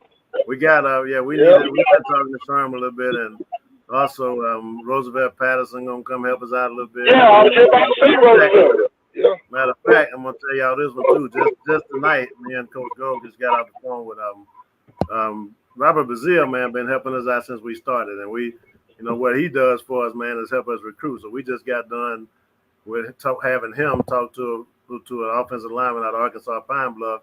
So whenever we really need that extra push to get a guy over the hump to make his decision, you know, we bring Dr. Doom up in there and let him close it up for us. So Coach Bazile is a great person. Yeah. So he coached me. That was my coach at Vine, my position coach. Yeah. So it's all, man. We just happy to be back home. That's where we know everybody. That's where we made our ground at. So we just happy to be back home, man. I'm telling you, man, we know too many common people, man. We got to get all these people. You got A.J. Johnson playing at Central State when they won those back-to-back national titles. You know, he coaches out at, you know, he coaches with Coach Gould over at Gould Elite Pro. You know, all them gonna be down here. All of them will be here Saturday. They got the NFL players deal at the United States Sports Academy on Saturday. So I'll be over there for that. You know, once I finish officiating my games, I'll go over there to that and hope we get a lot of them NFL guys to come back. And man, just like I say, man, we gotta, whenever we got control of something, we got to make it the best ever. Yeah, you know. Right. You know, we might need to reach out to the band out there at Blunt. You know, Mr. Starwork do a great job up at Blunt. Mr. Woods, man, they like an HBCU high school up there. Yeah, I'm telling you, man, they do a great job. They do a great job up there. You know, at Blunt, man, I'm telling you. Yeah, and Coach, while you bringing up Blunt, Coach Ben Harris been a big help to us too, man. Coach Harris been a rock helping us out with stuff too, man. So that's I mean, like I said, man, it ain't nothing like coming back to Mobile and getting back with all the old connections, man. So that's, I mean, if y'all gonna be a part of that line, we more than willing to do whatever we got to do to get y'all to help us out. Oh yeah, man, that's one thing, man. We gonna do is publicize it. We gonna talk about it. We gonna post about it. You know, and you know, just like I say, our network. So we got Jarrell Jernigan, the coach up at Eufaula. He played with the New York Giants with Eli Manning when they won the Super Bowl. Yeah. Okay. You know, we cover his high school team. All right. So you know, then you got Coach Williams up in Pickens County. They played at Alabama and played in the league. So we got a lot of coaches. You know, and then DeMarco McNeil. You know, he played at Auburn and all that. He's the D-line coach at Tuskegee. Okay, I didn't know that. Yeah, you know what I'm saying? It's a lot. Yeah, man, it's a lot. It's a lot of great guys that we need to, you know, and man, we were just talking about that tonight, bringing together all of the football leaders. You know, they consider us Warren Washington, Jeff Ford, Coach T. Hollis, Coach Carl Jackson, and then we got a couple more people, Tom McGasker. Then you got Ryan Anderson over there in Daphne, played at University of Alabama in the Redskins. Then you got T.J. Yeldon from over in Daphne. Man, the list Kenny King. Kenny King played for the Arizona Cardinals in Alabama. He's the coach at Daphne High School. So I remember Kenny too. Yeah, that's what I'm saying. We got to get all them guys, man. You know, NFL guys back involved because, you know, they going to know somebody, you know, who they play with. That's a coach. Yeah. You know, get them, you know, as a scout, get them people down here, you know, make it a lot easier. You know, I know Alonzo Johnson, he played with Bill Parcells and then he played with Mike Dicker down there, you know, with the Saints. So at the end of the day, you know, just like I say, all these people are connected. And then Coach Johnson, man, he just got his second national title ring. You know, they did like a big dedication for them. And man, the school finally bought them their second championship ring. So he just got that last year. Wow. So man, he coming out. So man, we got all type of people here to help us, you know, make this even better. Yeah, just like I say, Coach Gould with the NFL Players Association. Yeah, so that ain't gonna be hard to get anybody in the state of Alabama. Yeah, we already know that. Yeah, we know all about that one for sure. Yeah, we're looking for that help, no doubt. Yeah, man, Mobile is what it is when it comes to football. You know, I mean, people don't even realize. I tell people all the time, man, if you can play any kind of ball in Mobile, Alabama, you can play anywhere. And that's, I mean, you're talking about, you know, 20 plus high school teams that's gonna have 100 plus guys on every team, and every team can compete anywhere in the country, man. I don't think it's very many places. I mean, that's why we kick it. First of all, we kicking our guys going to college. You know, that them numbers probably beat anybody in the country, and then we right there with another, list of guys that make it to the pros, man, we right there with anybody in the country too. So Mobile football home, man. It's all kind of guys out there we'd like to reconnect with and help us out with this thing, man. You got Tonyo Coleman at Williamson, played with the Buffalo Bills. Yeah. I just thought about that, man. Boy, we can go down the list. There's a bunch of these jokers. Yeah, I just I'm about to say, well, I can't remember who I was talking to the other day, but somebody was just talking about Greg Richardson, who I don't know if Richardson played with Gould or not, but it was somebody talking about Greg Richardson the other day, Williamson, and he played at Alabama. Y'all remember Greg Richardson? I remember looking at him. Oh, yeah. I was young, but yeah. But yeah, it was somebody talking about him the other day. But I think he played with Gould, if I ain't mistaken, man. I think he did. Yeah. Yeah. Yeah, Coach Gould probably wasn't talking about him. Yeah. He was with him. And then you got who the running back he was at Auburn before Bo Jackson? Joe Krills. Joe Krills lived in Daphne. Wow. How he ended up in Daphne? All right. Yeah. Joe Krills lived in Daphne. So, just like I said, we get with Coach Gould, we get all them people. Mm-hmm. Might need to try to set up a golf tournament or something. Yeah. That's definitely. Hey, look, all them jokers love to play golf. I can tell you. But we did one. I ain't caught that bug. Man, we did love it though. Yeah, I ain't caught that bug yet. But then again, I live in Green Bay, man. We can't even get outside, so ain't too many golf players up here. Everybody play tennis up here inside. I'm gonna tell you, Coach Gould did one down at Lost Keys, man. We had, it was so many. Man, I own golf. I was just riding the golf cart. But man, it was so many former NFL players. Yeah. And man, that we had Barry Wagner, the arena legend. Yeah. He was down here. You know who that is? So that's the arena guy, man. Oh yeah. Oh yeah. Yeah, Barry was big time. Man, I'm telling you. Man, look at here. Just like I say, too many familiar people. We got to get all of them in here. Yeah, let's do it, man, for sure. And get out there, have a good time. We're gonna have a good halftime show too. We're gonna surprise y'all. We're gonna make that announcement here soon. We're gonna focus on these local artists, man. We got some local artists from Mobile that's gonna come out and do this halftime show thing for us. So it's gonna be good, man. Okay, that's gonna be big. Yeah, that's gonna be huge, man. Mm-hmm. So it's all man. This the first of many times we're gonna get you on here now. We're gonna try to at least make it a weekly affair. Okay. Get you on here, let you talk about the update. Send that video. That commercial to Tim, then he can forward it over to me. Yeah. And then I can download it, and then we can put it on here. And, and every time we come on, should I do a commercial? All right. In between. As soon as we hang up, Tim, I got an email coming to you. Okay, and I'm gonna shoot KT your phone number so he'll lock you in. That'll work. All right, fellas. Well, y'all be good, man. I appreciate the time. And say what's up. We'll catch you the next time. We'll catch you. Yeah. We'll catch you. Yeah. I'll let y'all boys later. All right, man. Peace. Y'all, that was Coach Chris Williams of the HBCU Gridiron Showdown that's coming to how big is that, Tim? December the 30th. Man, that's huge, man. Like it's a legitimate all-star game that's going to have legitimate NFL scouts here.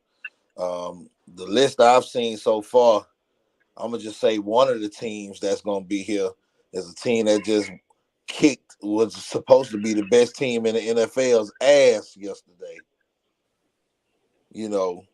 And then you got more scouts. You got Detroit Lions scouts coming. Like, man, come on, man. We shoot for all of them to be here. We got to get on your email all of them. We need all of them here. Oh, no. All of them will be here. Just mentioning the ones that did it already. Okay. We need all of them here. Those were the first two teams to say that they was coming. That's all I'm saying. Okay. We need all of them here. Boy, I be quick to start a buzz by something like this. Boy, I ain't scared of them. Hey man, look, when you said get them on, hey, you know me, I don't wait till tomorrow. Move in and Man, they out. let it all out money, man. We ain't got time. We ain't got time to do nothing on let it all out money, but let it all out. But man, that was huge. Yeah, that was. Woo. I Boy. was listening, and I was like you know. Man. I mean, as you heard it, I gave it to you the same way he gave it to me, and he gave it right back. Like that's how you know you're dealing with somebody who really about the business. Because every time I tell you, it's the same thing every time. That man got on here and told you to promote it the same way I told it to you, because that's the same way he told it to me. But see, Goddamn. at the end of the day, at the end of the day, is they know we people of integrity, don't you? Oh yeah. And that's why tonight, man, we killed so much confusion. Man, we killed a lot of confusion having Coach Carl Jackson on here. Oh And yeah. then now we got Coach Chris Williams on here, bringing the HBCU. So now, y'all, this is why we gotta be together. Mm-hmm. You know, we might disagree behind the scenes, but in the public, they gotta see us walking and talking together.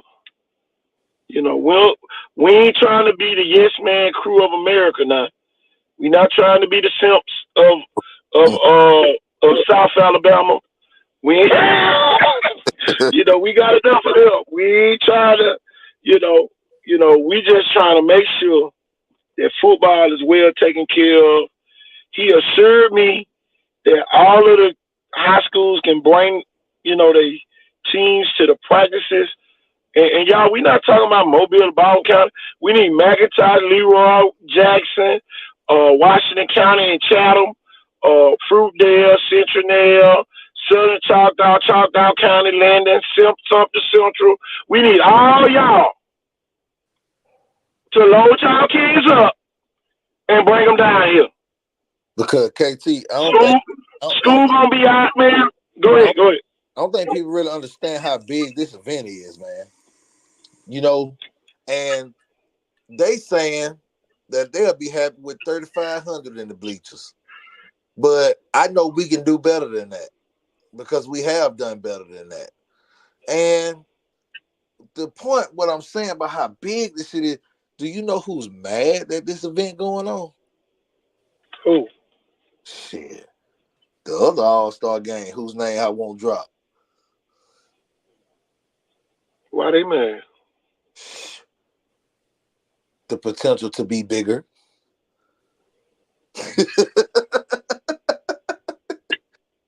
The potential to be guess what, Senior Bowl? Oh, my bad. Guess what? Recent Senior Bowl, Peanut Butter Senior Bowl, Butterfinger Bowl, Walmart Bowl. Y'all can kiss our Walmart Bowl. Oh, okay. Start something you want to. How about you'll be banned from downtown too? How about them 6 to 8 bitches?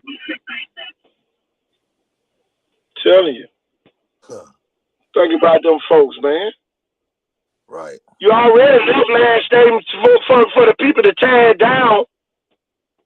Oh, we're not using that anymore. We don't give a damn.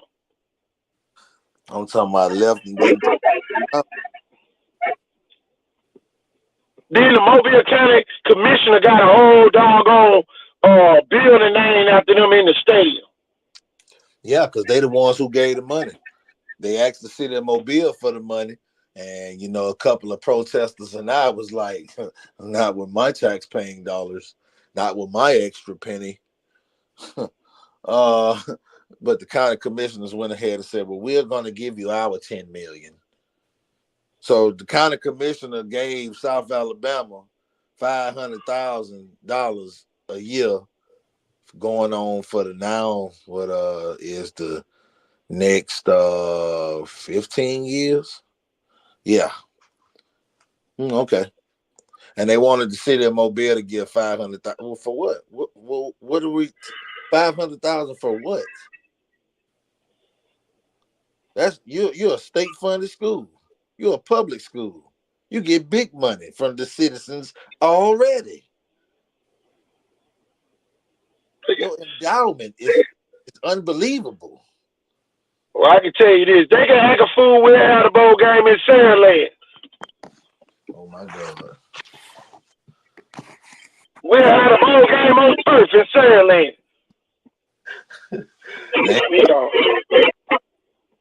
Jeff Keller, I know Jeff Keller love to have it up there.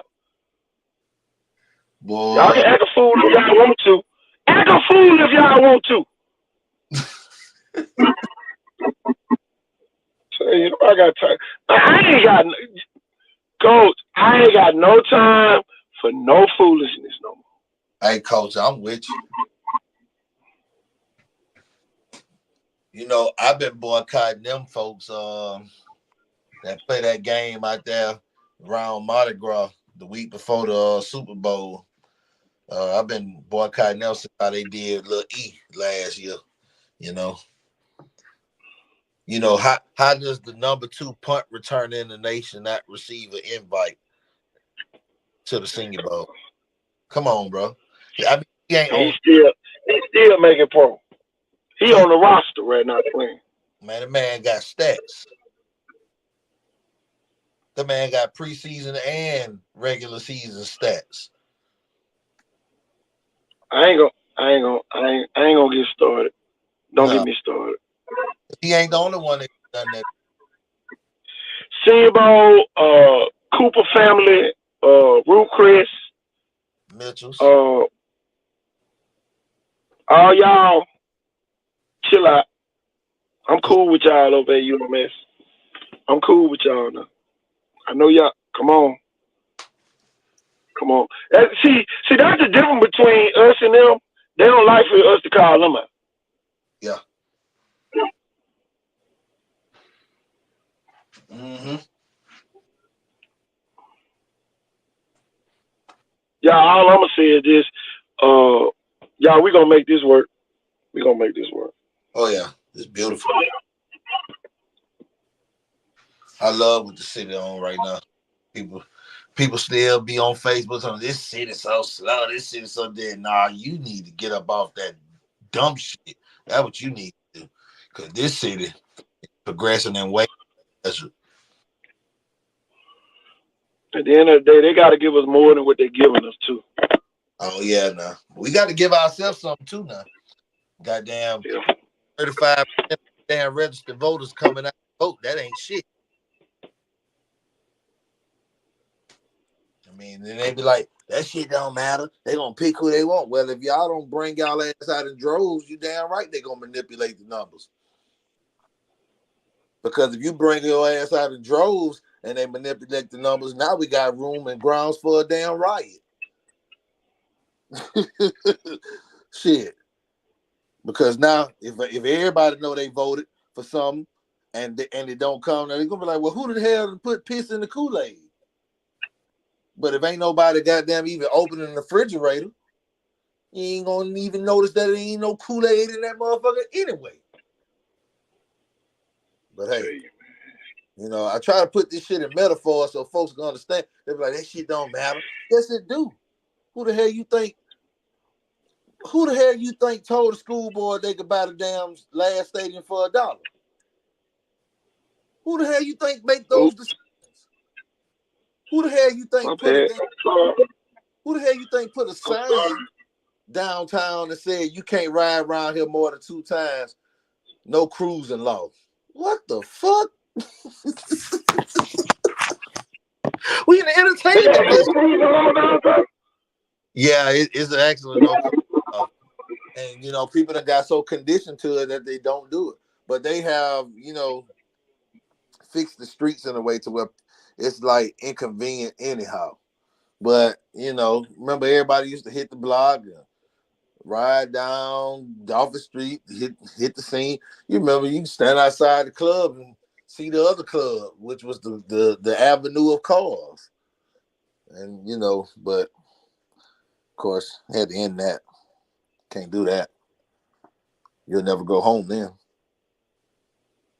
Downtown be shut down by 1 o'clock on a weekend during a holiday. Don't worry about it. Preacher gonna have a new mouth soon. Pritchard be open to the folks. Hey, we gonna shut down Pritchard Mall. Pritchard be open. Hey, we gonna shut down Pritchard Mall and park on Wilson Avenue. I bet you won't. Hey, we gonna park on Wilson Avenue. I bet you won't knock down that bridge in between that either. I bet you won't get some of that bridge knocked down to turn all that into straight street. And then make them have to go back up on the bridge. Because, in Montgomery, they got the same thing going on where they got a bypass, but the bypass don't take you outside of this. It's a bypass that's mounted up, but it's not like that. And it got very quick exits for you to hop right the hell off and get back on the city ground. Like that shit they got over there down the street on Wilson Avenue. That shit is inhumane and criminal. How about this? When I become mayor, we gonna close down that section and make everybody get off that's going to Gulf Shores every Thursday and Friday when the traffic start backing up. Well, now you're gonna have to come to the Wilson Avenue light and then the Martin Luther King light. Oh, okay. Cause we're gonna make Pritchard Police block off the interstate. Cause you know that exit be so bagged up that you can't really get off anyway. So we just gonna fix that. Put everybody on the service road. Then we gonna have like Fresh Market Fridays or Thursdays. Okay. And do it like that. Okay.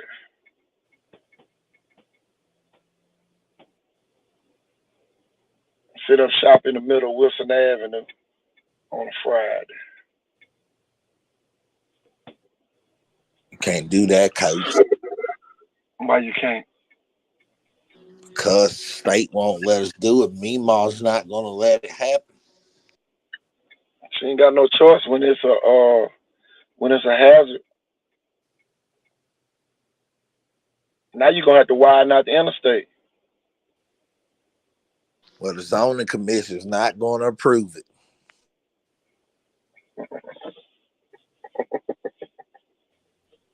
Because even if you get the county zoning commission, the state's gonna override it. Don't worry about it. Lil Pookie and them gonna have an accident right there every day. Every Thursday, every Friday. Oh, my bad. Even if we have to get red cars and block off the road.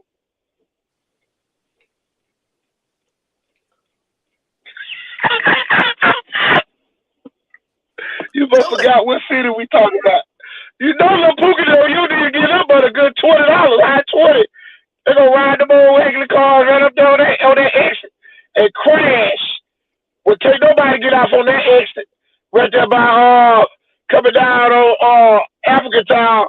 You're going to get off on the exit before. Got to get off on Price. The Price Avenue. You got to get off on Price and ride the okay. Don't play with me. Don't play with me. Lil Pookie, that will have fun. Billy, I ain't gonna make it to the damn fishing lake. Lil Pookie and Ray accident. I had another damn wreck up here. I gotta get off on this Price Avenue exit and come across.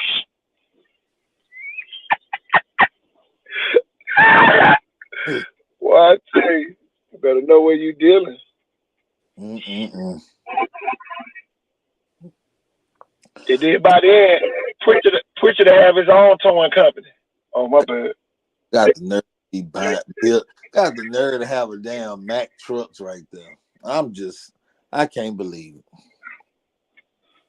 Something else coming, man. They ain't put Mack truck right there for no reason. I know. Some big is about to come right there on that strip, y'all. Y'all better get ready. Got to know it. That's the telltale sign. Big truck done got the damn. Somebody done gave them. Hey, Billy, you need to leave Halsnell Road by B&H. Why, Billy? I've been here 40 years. Tell you some big shit about to happen out there on the Africa Town Road. I'm telling you, they're gonna be giving businesses about 60 or 70,000 just to be out there. Mm-hmm. Oh, okay. Oh yeah, all that undeveloped land that was back there, back during the industrial area of Kimberly Clark. Okay. Not undeveloped land, but vacant property and land. Have you been back there lately? Coach, no. Freshly paved Paper Mill Road. Oh, I should go see it tomorrow. No potholes on Paper Mill Road. First time in over, I know how old am I, 48, at least 40 years. Oh, so the counting over there getting things done, huh? Not a single pothole. Jimmy, I went through there the other day and went up to that Africa Town Center, Hope Center over there. My grandchild played over there and lost to the team over there in Kid Park. I think that's the name of that place. You know, Williams' daughter plays on that UMS Wright team with, the Bangladesh mayor grandson is on that team for UMS Wright. Well, for crying. Hold on, Jimmy. Oh, yeah. Man, matter of fact, they played right before we played. I saw his son over there coaching the team for UMS, and, his dad is the mayor over there in Bay Minette, Grandson did pretty good out there on that team. Dad did a great job coaching. They ended up winning that game, too. They beat them boys from over there. Pretty good. UMS Ride has a nice team over there on the boys, but our girls, they came up short. But I spoke to the Bay Minette mayor's son, before he left. I see why they got that bus route. They drop them off at the Baptist church over there in Bay Minette now. I just wanted you to know that. But how's everybody doing? Jack, how things doing over there, Jack? Yeah, could you tell us? Cause I've been seeing them guys over there. They've been doing stuff, but I don't know what kind of stuff they've been doing. Let's hear, Jack. Don't be drifting off on me. What you mean, Bubba? Don't be doing that on this show.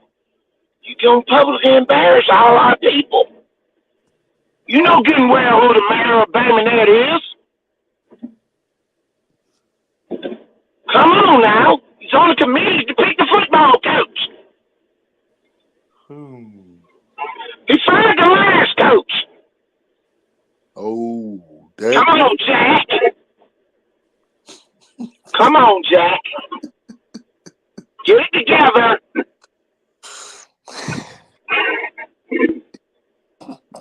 Stop acting like you didn't know this. You know you got the bus stop right there for the grandson to get on the bus. It's Bay Minette. We couldn't figure it out for years. I could not figure out for years. I saw a son over there coaching the team. I said, wow. That's why the bus goes to Bay Minette every day. But this guy has the nerve to be able to pick the football coach for the high school. Make it make sense. Amazing. Grandson would never be a Tiger.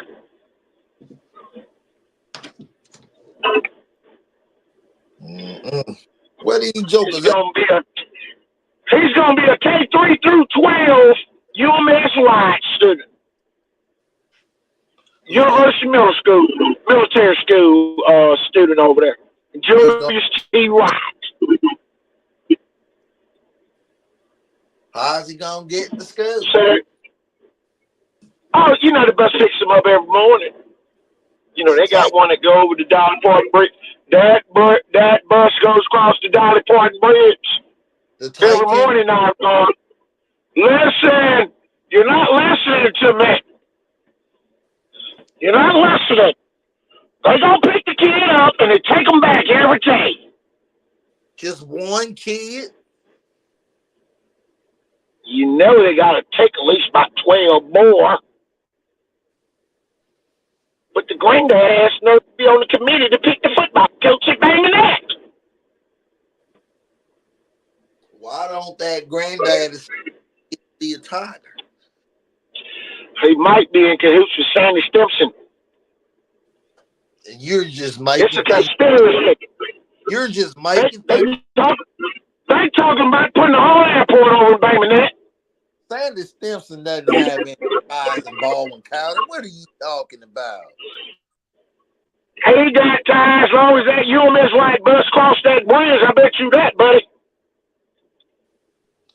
Well, I want to investigate Stimson Lane and Fairhope. The newly developed Stimson Lane in Fairhope. There you go, drifting off, talking about Fairhope. There you go. Can we leave Best Rich grandson? Aren't they? Which one of those schools Best Rich grandson goes to? That school. Man, they got the task force out here in this parking lot at Piggly Wiggly. You know what's good? Boy, they got every SUV, MUV, TUV, and everything else out here tonight. You know I got 12 trucks out here. Which neck of the woods? Mobile County deputies. All deputies. Ooh. Which Piggly Wiggly is that? Oh, that's the new one. That's the new one up here on this end by the Circle K. Mm-hmm. Oh, Tim, you know which one I'm talking about. Right here by Howells Ferry Road. Oh yeah, by Howells. Yes. Mm-hmm. Oh yeah. By the windows. Got the windows up here. He was talking about Fairhope and that kid. Do you know what school I don't need you talking about Best Rich's grandson tonight. But what school is he committed to, Coach? Do you know? He's going to be a preferred walk-on at Alabama. No, sir. No, sir. He's committed. Where's he going now? He's committed to Harvard. That's not Best Rich grandson. I'm thinking about the basketball kid over there. He's going to Harvard. Yeah, 32 on ACT. That's what he did. Yes, he did. Just like he said he would. Yes, indeed. But I'm telling you, man, best time of the year. Football 365 winding up. Oh, Lord. And look, as soon as I got my lawn chairs out there, Lord, here goes another event. I'm telling you, I get bring it back out one more couple weeks. I ain't gonna know how to act. I'm telling you that, Tim. I really appreciate you giving me something to do with Football 365. We might need to get us a banner and put down there at the HBCU Peaks in Showdown. There go the MPD going out there where those deputies in them unmarked trucks at. It's not Tuesday, but it is almost Tuesday. Hey, somebody gonna have a visitor tonight. I can promise you that. So, all unmarked vehicles got about two deputy SUVs up in that convoy. We're not calling them boys anymore. Oh my God. Don't call us that. Jack, I'm so sick of you trying to tell me how to talk. Billy's had 75 years. You won't sit up and tell me what to do. But we're not called that.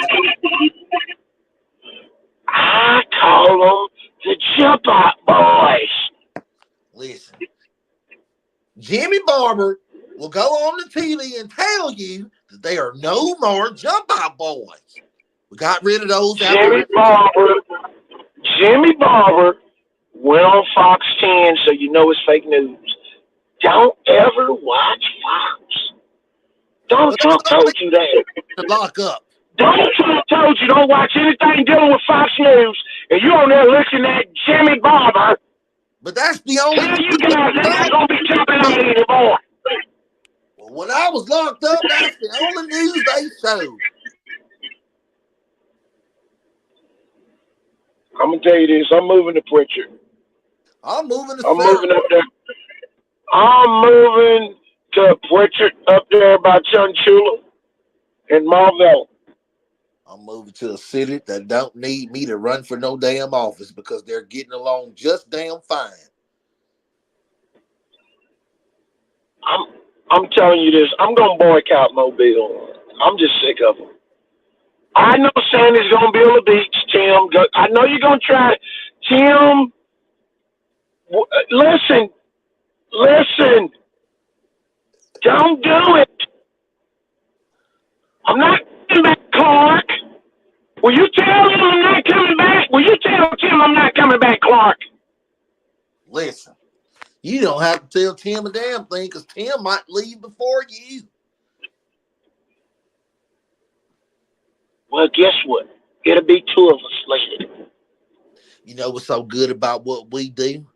We don't have to be anywhere to do what we do. We could be anywhere to do what we do. That's what they're trying to figure out. Don't be telling my location. How you do it? I'm over here at Melissa's house. Can you be quiet?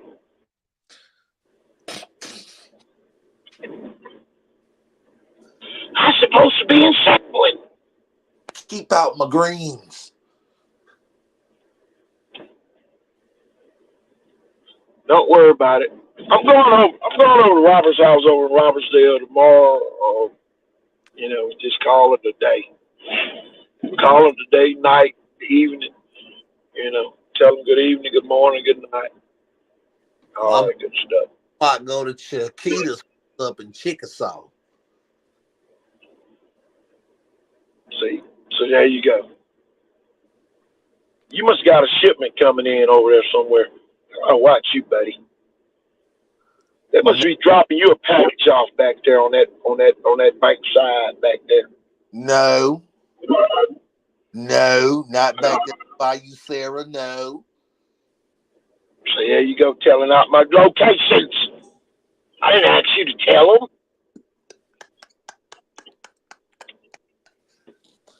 I might just go up to Sarah Land. That was right down to the football team. There you go. You done messed it up. I was going to buy goodie bags for the whole football team. Oh, my goodness. That was my special shipment. Came through Amazon. Amazing.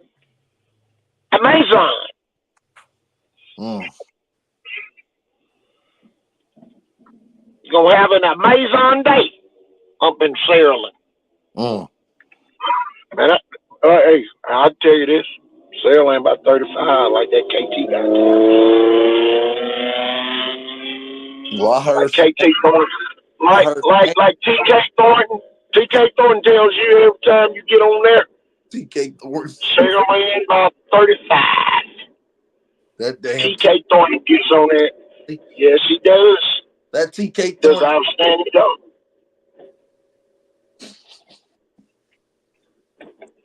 Hey, leave TK out of this.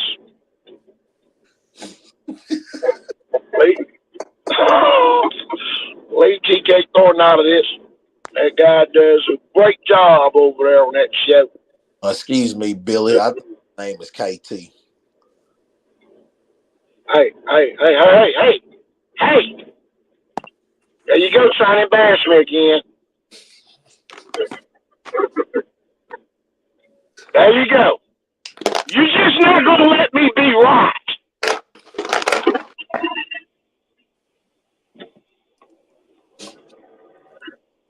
Worry about it. I'm going downtown. Pick up me one of them adult beverages and ride by the police in a straight line.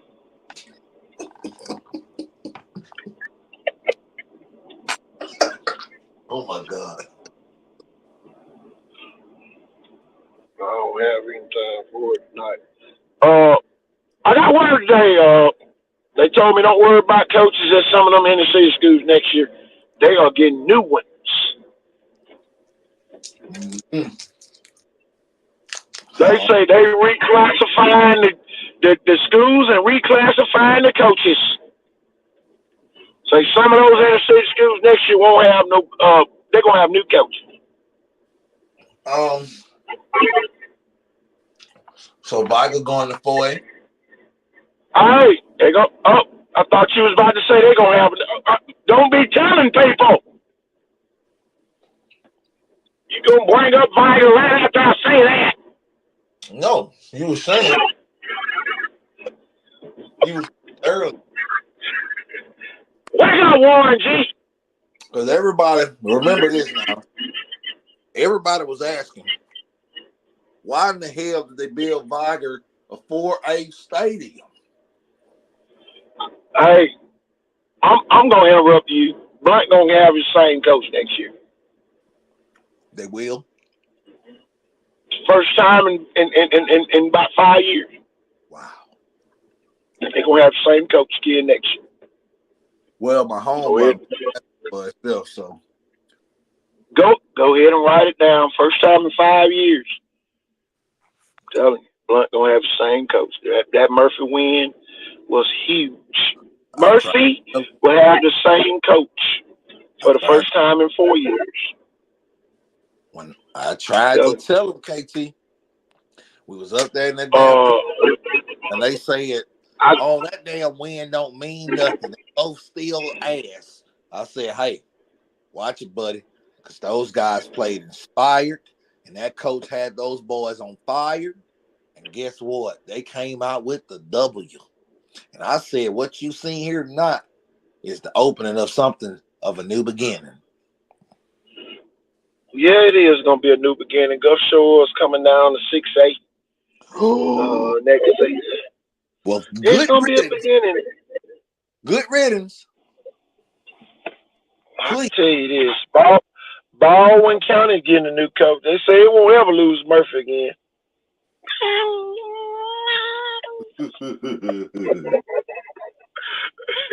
They say they gotta hire one of their own black coaches. They gonna do that. They not gonna lose the Murphy. They say we can lose anybody, but we lost to the sheriff, state constable. No. Yeah, Ball County beat them by double digits. No, I remember the constable. The big sheriff got demoted. Oh yeah. Yeah, you know, this is the busiest time of the year for him.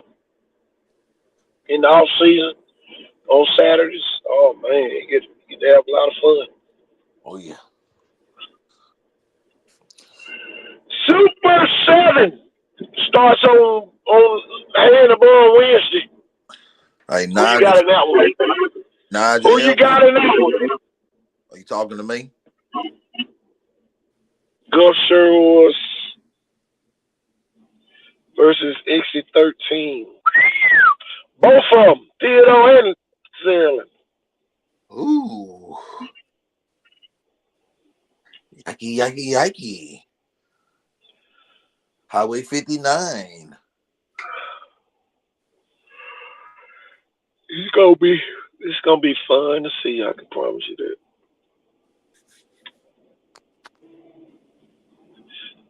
I'm gonna tell y'all who's responsible for all this. Y'all remember a couple years ago, Gulf Shores beat Blunt on the last game of the season.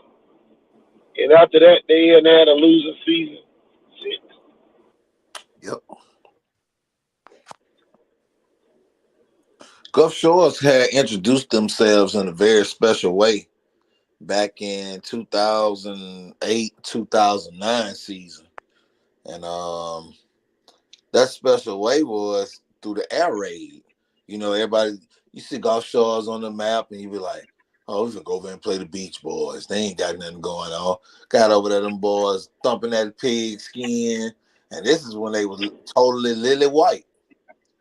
You know what I'm saying? Lord, y'all never saw it. They had a rough patch for a minute. And that rough patch was them finding a solution, KT.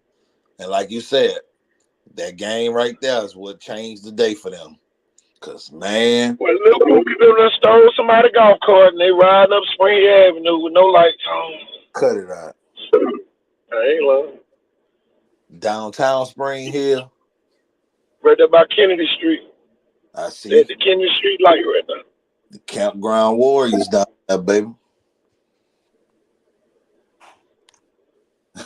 I knew you wasn't on the other end of Spring Hill talking like that.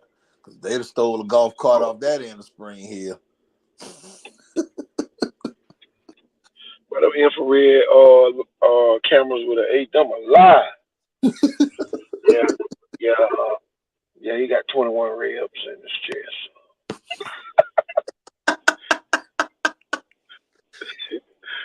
Yeah, he's old and he's an old kid. Yeah, you'll catch him before he even gets started. He's on his way to the house now. We're watching him. Yeah, we just go by there and pick it up tomorrow. After I put this insurance claim on. Yeah. But Tim, Coach T, wherever you at, this KT, I'm back. Man. HBCU pigskin soda, man. Let's talk about that a little bit. Because I know my girl going to be calling in a minute.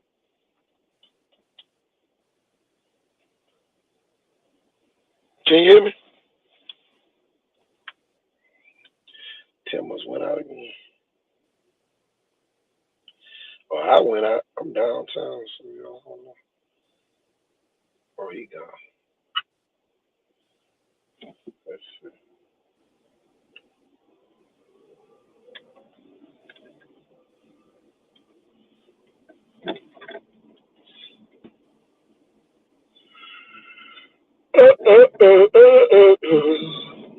Let's see if we can get the coach back on. Them bastards knocked me off. Yeah, they hit a home run on that one, I can tell you that. Yes. I ain't heard Roger the whole night. Roger must be in the background. Roger was snoring early. Him or Jeff, one of them. Oh, that's what it was. Jeff. Mm-hmm. And we came on early, just snoring. We at the 3:30 mark. Shit, we've been on here a minute. You want to call it a wrap? What else you got? I don't think I got nothing else. We could do picks or whatever. We're gonna do I don't know. Thompson, Central Phoenix City. Who you got in that one? I'm gonna stick with Thompson. I got Central Phoenix City. Okay. I think this the year. As of today, now it might change tomorrow. Right. You got to Thursday. No, they Wednesday. Oh, they play Wednesday. 7-day Wednesday. Okay. Yeah, 7-day. 7-day play with the flag football and the Special Olympic game and all that, you know. So 7-A big, but 7-A is kind of like not a main draw. They're gonna be packed. You gotta realize they didn't play last Friday, so they have more time to prepare for the game than anybody. Oh yeah, that's true. A whole week in 3 days, so 7-A bracket been done? You know they didn't play last week. After Thompson beat Hewitt Trustville.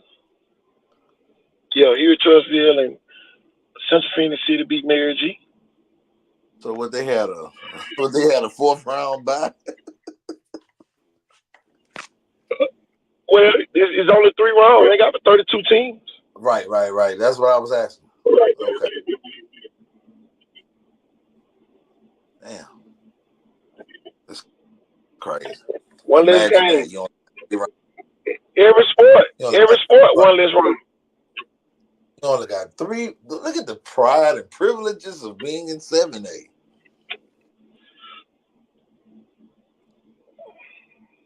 You only got to win 3 games to go to the championship. That's it. Cause whether folks know it or not, that 4th game is a mother sucker.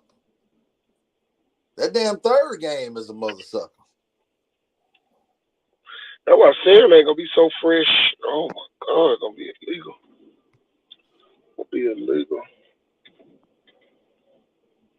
Oh, it's gonna be illegal. KJ already got practice last week spraying the ball around.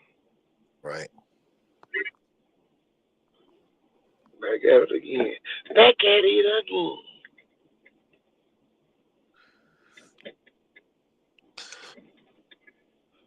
I need about 5 minutes.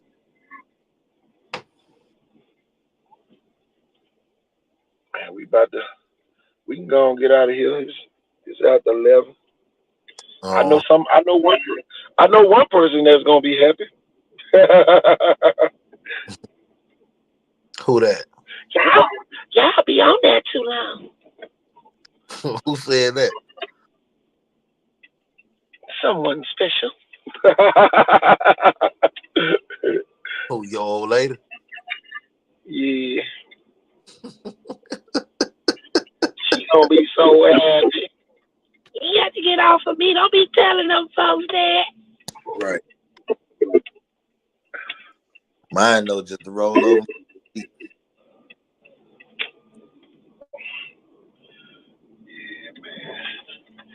By the time we hang up, she been woke up.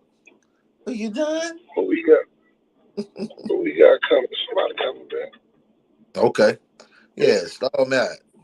I'm trying because I ain't ready to go, but I don't want to leave you by yourself.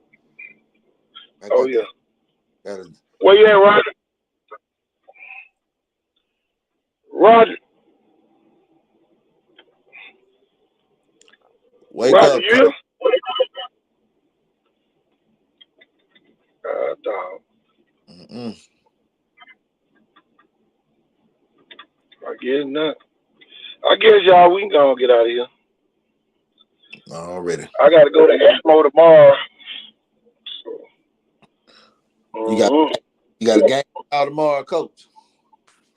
Well, I got to tell everybody that. Thank y'all for the congratulations on that.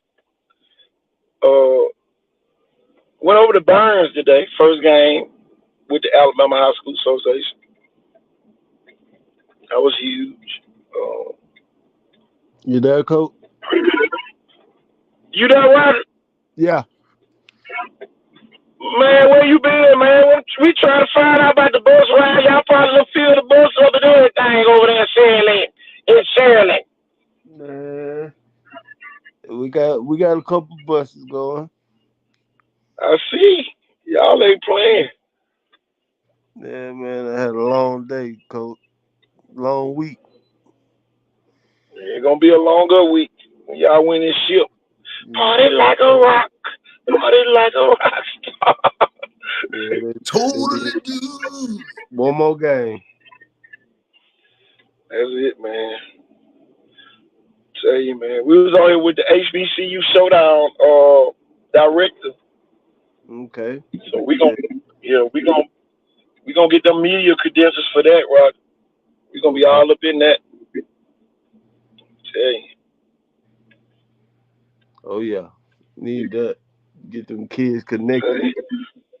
That's why I told them. They said they need some kids. I said, how many? That ain't gonna be hard. Not really. Nope. Look, if push come to shove, we'll get the whole Saturday football team. That'll make Yeah, everybody want to come. Man, we everybody. going too. We going too. Call out our name sometime. Why they invite Jeff Kelly but not me? There you go. There Oh, you go. hell. You already know they're going to say, there you go. There you go. Oh, hell. Our kids playing football down here too, Coach. It's a little different. What you mean, a little different? They Oh, they play. undefeated. Y'all want to play. They undefeated. They play. They coaches Y'all wasn't on want to that play. list to get fined. They coaches wasn't on the list to get fined. Hey, See, this is why I don't they like this damn show they nothing. play football. Y'all want to play football. See, this damn show, all they do is down the community. Well, move to the city. Move to the city Ass school. out the community. Move the sand. Move to a city school.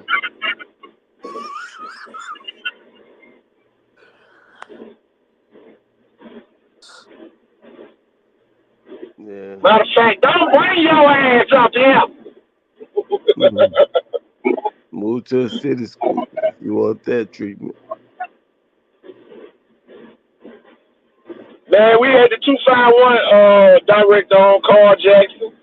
We done nipped all that in the bud, right? Okay. So they'll have some coaches up there at the showcase watching the kids too. Okay. We got to come together. We got to come together in times like these, especially with history being made. So much history. Exactly. They really don't know how much history they making right now. Oh yeah.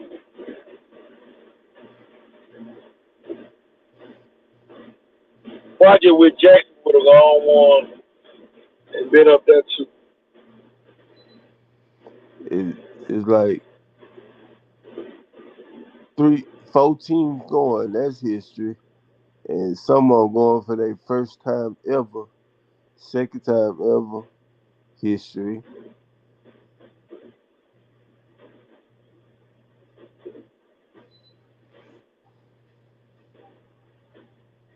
Yeah, I'm excited.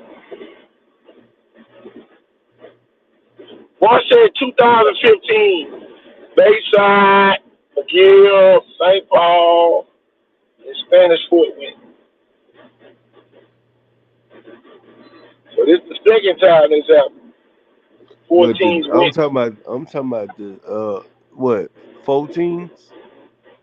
Yeah, it was four. Okay. One called them out. Well, it's still history. Yeah, they catching Yeah, up. don't worry about it. All four of them win. It's going to be real history. Yeah, different teams though. Yeah. Whole different group of teams, too. Whole group. Yeah. Whole new group.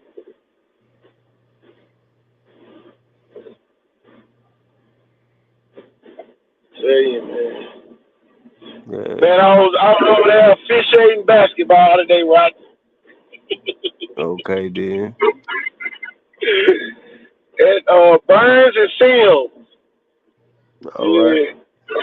That was Burns. a good game. Oh, Cranford Burns. Yeah. Burns don't look the same. I can promise you I that. was about to say who won the game. Oh, Sims. Sims by 8. 47, 39. Something like that. Yeah. Mm.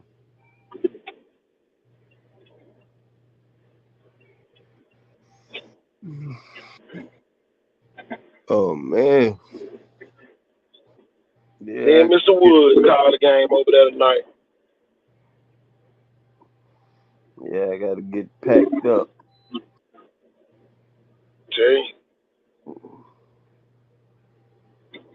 I'm ready to go already. Don't make me ride the Tuscaloosa. I ain't lying. We could Boy, I already got my TV. Look, I already been on Alabama Public TV today. Hey. We need to ride tonight. I might just sit on the couch and watch this every game. Every game. All That's the only thing on my head. Oh, it start on Wednesday. Ooh, I get to watch Wednesday. I just thought about that. Oh yeah, I get to watch more on Wednesday and Thursday. Yeah. That's right. The only one I don't get to watch is Friday, and I'll be there though to watch it.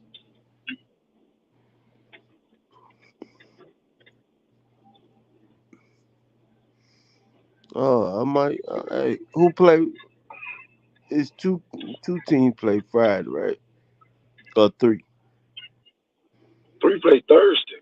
Thursday. Okay. Yeah, we got One, 3 2, of the and 3A. 1, 3, and 5. 1, 3, and 5A. Yeah. 1, 3, and 5. 2 and 4. And 6 and 7. 7 play first Wednesday. 7 play on Wednesday by itself with this flag football. The girls. With Nona, I know with Nona, one of the teams playing.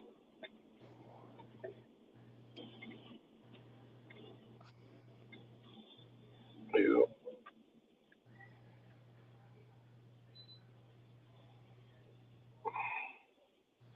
So one gonna be left out, ain't it? Who? You said 1, 3, and 5 Wednesday, right? Yeah. 2, 4, and 6. Huh? 2, 4, and 6 on Friday. 2, 4, and 6. All right, I got you. I thought Wednesday was the only day they played 3. I got you. Wednesday, they just really play 1. Yeah. Thompson and Central Phoenix City.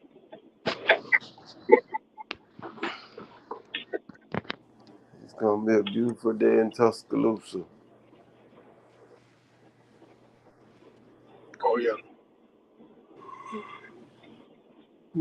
What?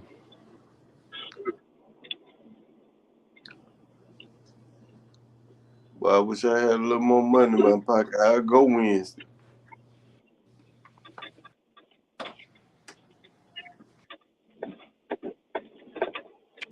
You say that, man. Alabama Public TV got you covered.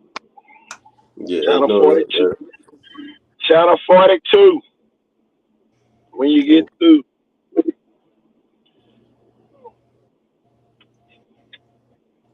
Save that gas and that hotel fee.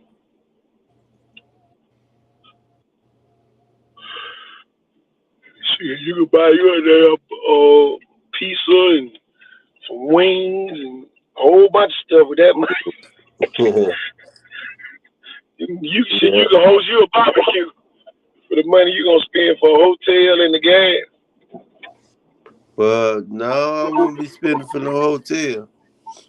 You know, I got people up there, so Okay. I wouldn't be studying that. I just want to be there.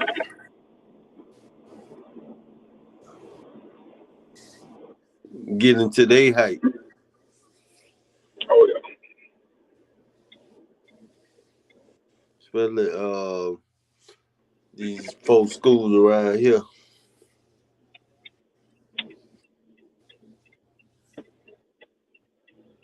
It's gonna be fun to see.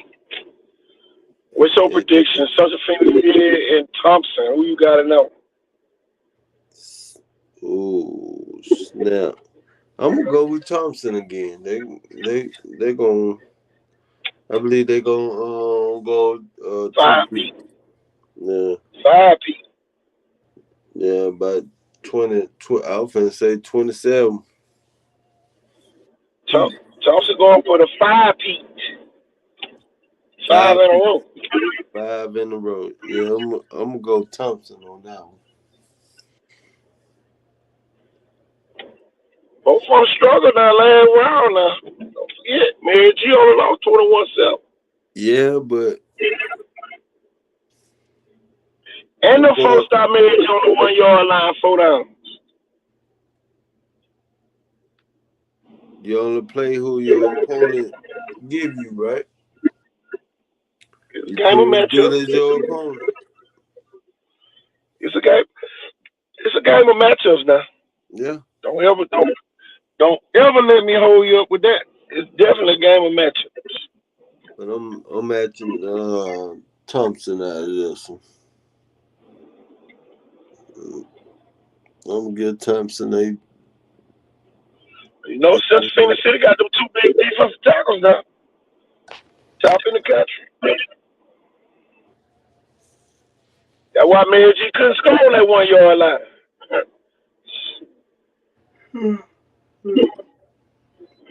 Well, I think Mary G and Thompson type of play is totally different though. Oh yeah. See what I'm saying? They type of play is totally different. So there you go.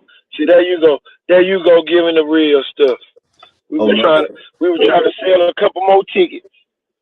Damn, I forgot I'm an old wolf, not a new wolf.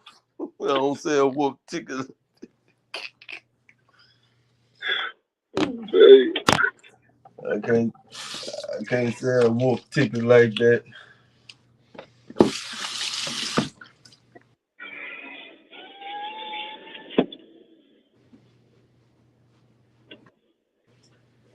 Yeah.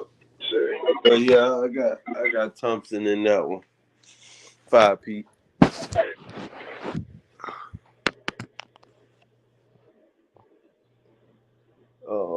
What's the next position? 3A. 3A. Mobile Christian, Madison Academy. I don't know. Man, that's a private school classic there. I just thought about that. Yeah, I don't know nothing about them other folks, so I'm gonna go with the home folks. Then you got Leroy versus Coosa Christian. Coosa. I'm gonna go That's Leroy. who beat Pickens County last. Yeah. I'm gonna go Leroy. Then we got Gulf Shores and Ramsey. That's gonna be a good fight. But I'm gonna go Gulf Shores for the simple fact we got a couple weapons that I think they're gonna pull it off. Oh yeah, but I got about 14. By 14, I got them by about 10 to 14, 10 to something, 14, yeah, something like that. I got them by 8. Yeah, by 8. I ain't gonna lie to you. I don't know who playing in 2A, 4A. I can't even tell you. Yeah. We're gonna skip them 2 games. Go to 6A. Saraland versus Clay Talkville. Saraland over everything. By 35. Saraland about 35 again. Somebody gonna find out how good Saraland really is. Yeah. It's gonna be all they been hollering all these years. Clay Talkville ain't gonna do this. We're gonna see. Yeah, we gotta see. Strap on them cleats. Buckle up them shorts. Guess what, y'all? Breaking up, Coach. Hold on. Can you hear me now? Yeah. Okay. Y'all, we did have a couple teams join the fraternity last week. They told me that they crossed over to the helmets to the left, shoulder pads to the right. Club. Brought to you by HuntSport.Southeast.com. We are going to you, Fowler, and up in elbow. Both of them rhyme with an E. I mean, start with an E and end with an A. Well, Guess what? They won't be going to the U to the A. Oh, yeah. Tuscaloosa will not be seeing you. You will be at your school, still doing schoolwork, algebra 2, tree, and English 101. Yeah. Your football coach might be at the game, but you won't be there with them. Helmets to the left, shoulder pads, and ass pads, and knee pads, and side pads, and girls to the right. Don't bring your cleats. Don't bring your cleats back next year. Throw that shit away. Don't come back and play with me. Yeah. We get new helmets for all the teams that lost last week. Don't come back with that decal on the side of your helmet after you lost in the semifinals. Y'all only combined to lose Roy and Gulf shows. We don't take the baptism pool down to the Gulf of Mexico and dump y'all bodies off. Sarah Lane, Jeff Kelly, and the crew. Yeah, they went on down and went on through Pike Road and turned them into an alley. They turned them into an alley. Pike ain't nothing but a road, but they turned them into a street. Pike ain't nothing but a road, but they turned them into an alley. Whoa, boy, then we gonna ride on over the Gulf shows. They just did them in 45 to nothing. Boy, they said, don't bring y'all sorry cussing words back down here no more. Then we went on over to Mobile and St. James had 4 turnovers in the first half. Mobile Christian said, KT, we trying to win. We gonna win for you and the crew. We gonna win 34 to 30. Yeah. He good. Testify. He good. Somebody ought to testify. Hey, we gonna come on back to the city of champions. They ain't won since Michael did that big old ceremony down at Pritchard Mall. Whoa! Pritchard is dead for this year. But guess what? They'll be back one day.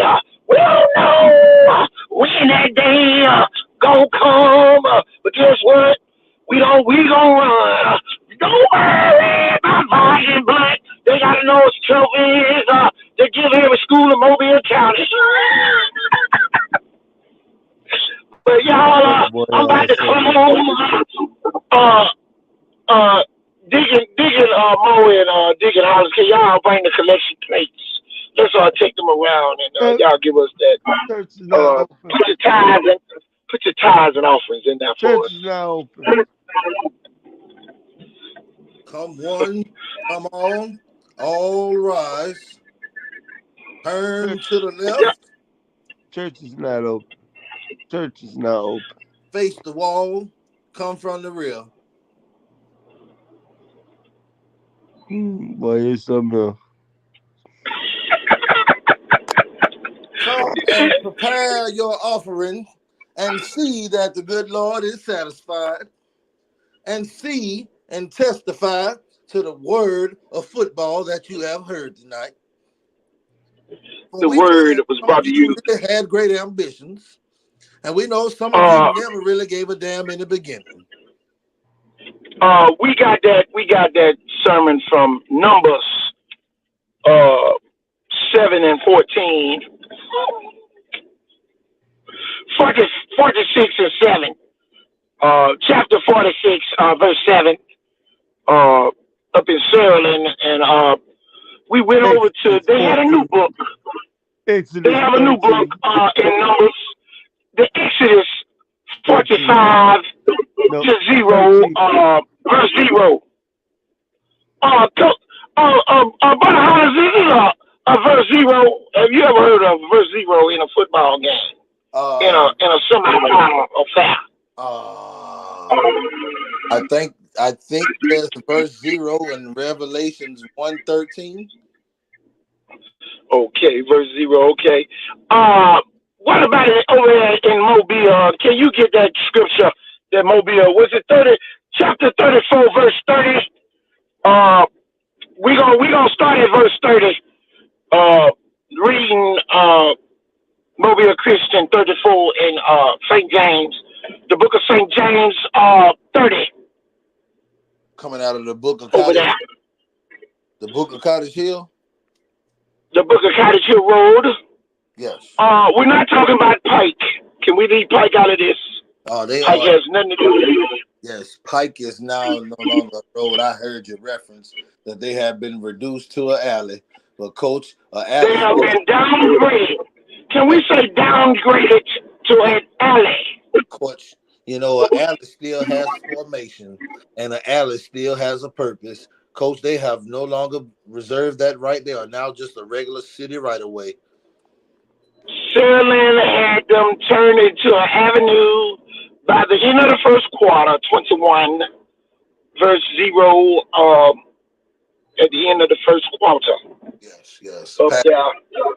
Our great Bishop Jeff Kelly and his Deacon KJ Lacey and Ryan Williams and the crew up there in Sherland.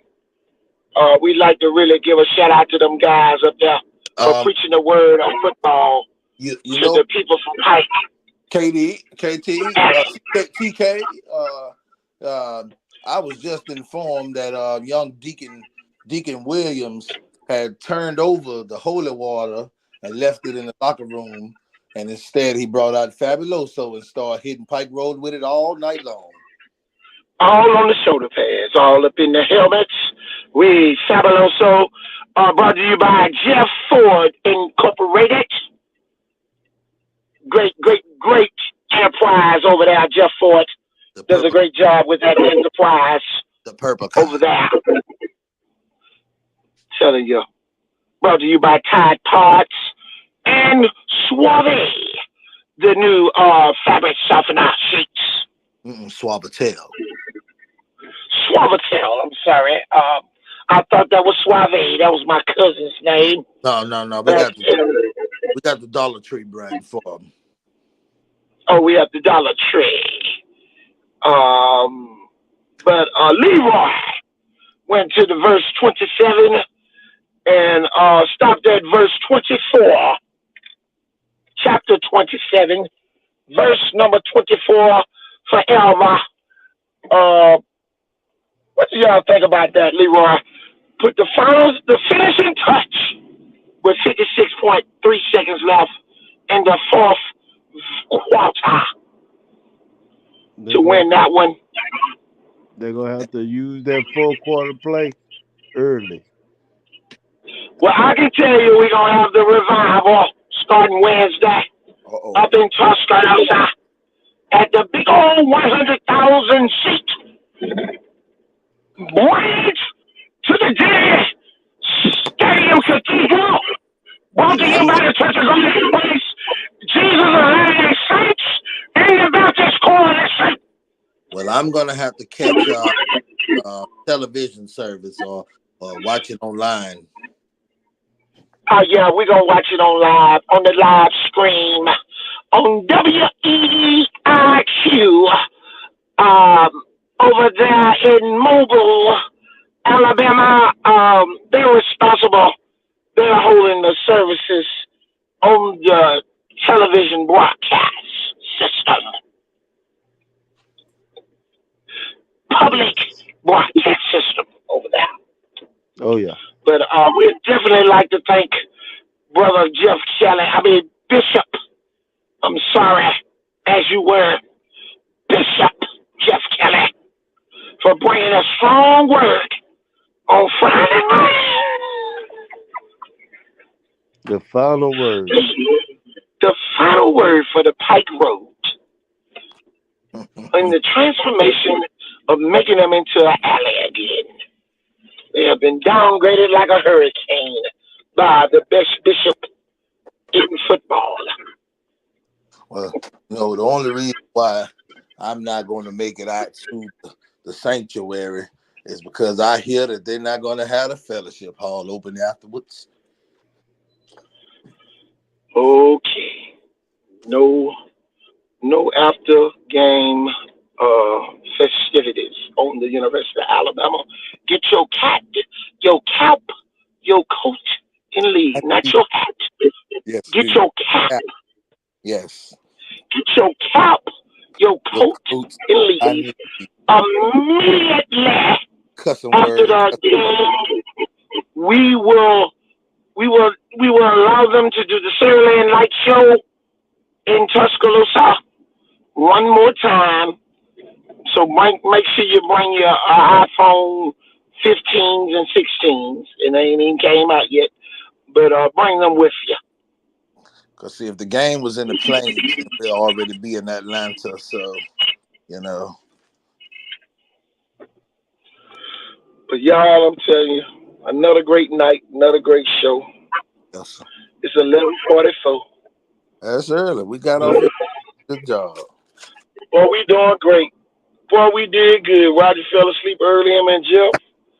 Boy, we did good. I know that's real. And guess what, y'all? LaFleur didn't lose tonight because they didn't play.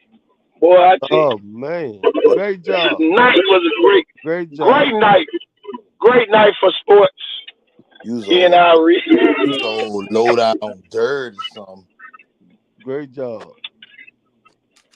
Wow. And I got word today for the Rattler faithful that your coach will get a 10-year extension on his contract over there. So we're only expecting 10 more wins in 10 years. Who told you that? 10-year extension for the coach over there at LaFleur. Who told you that? Jesus sat on the cross and spoke a word to me. They said only 10 wins in 10 seasons. And they said we have the man in place for that.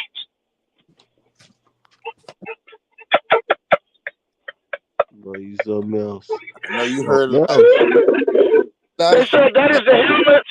That is the helmets to the left, shoulder pads to the right, capital of Alabama. I know you say you heard a lot of shit, but I know that wasn't it. The principal got a 20-year extension on his side. Come on, man. 20-year extension. Hey, man, you gonna make folks not want to go to the damn school, man. Listen, I love what they're doing over there. They are transforming. Athletics is not that important. We are in magnet school. Y'all try to be full magnet. That's crazy. Make LaFleur magnet again. This is why everybody makes LaFleur magnet again coalition. Bro, we used to have two parks. Both of the parks won the goddamn Youth Bowl championship or the Super Bowl, what the fuck ever. Goddamn, win the motherfucking middle school. in every sport. We went basketball, we went football, park wall, middle school, and we and the same kids, they come to play basketball and they win at LaFleur playing basketball, and then for some reason, I man, mean, Roderick, I make a motion to make LaFleur a museum of a former Museum? winners. Yep. A museum for former winners. oh no, Of everybody else. oh no, No, that's LaFleur. The LaFleur School of Former Winners oh no, Museum. nah, bro, we ain't putting you They in say office. leave the winning. They say don't leave the winning to us. Is our motto. Oh man, oh, that Come Don't on, leave the Bo. winning to us. talk about Come turn. on, Bo. Y'all, Talk these about are it, just Bo. jokes. We are just joking tonight. We're trying to stir up the pot because somebody has turned down the eye on the stove. So Uh-oh. we had to turn it back up to number 10 very Talk quickly. about it, Bo. Leave them people alone, KT. I just need them to just go away. You just talk about bringing Mobile back together, and there you go with that shit. He's so wishful. Can you count, Harry? Can you count TK, whatever damn name is? Tell him leave the floor alone. That damn TK and that T Black. Tell him whatever his damn name is. I get sick of them guys always down talking the floor. They know they already at the floor. And you They Tim, had won the game since they beat Chickasaw. Tim, you're an alum. You're not supposed to do this. Listen, Wait, Paul Feinbaum listen, alum. Harry, stop calling out Tim's name on this show.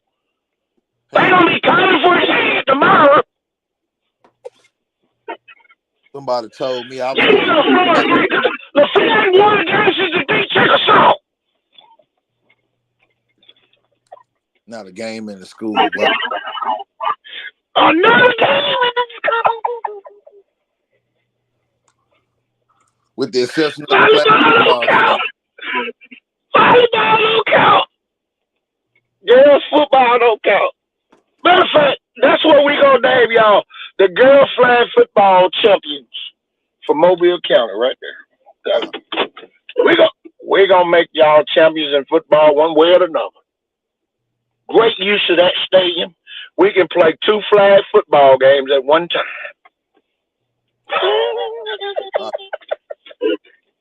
Let's make it the flag football capital. You got me dropping food and shit.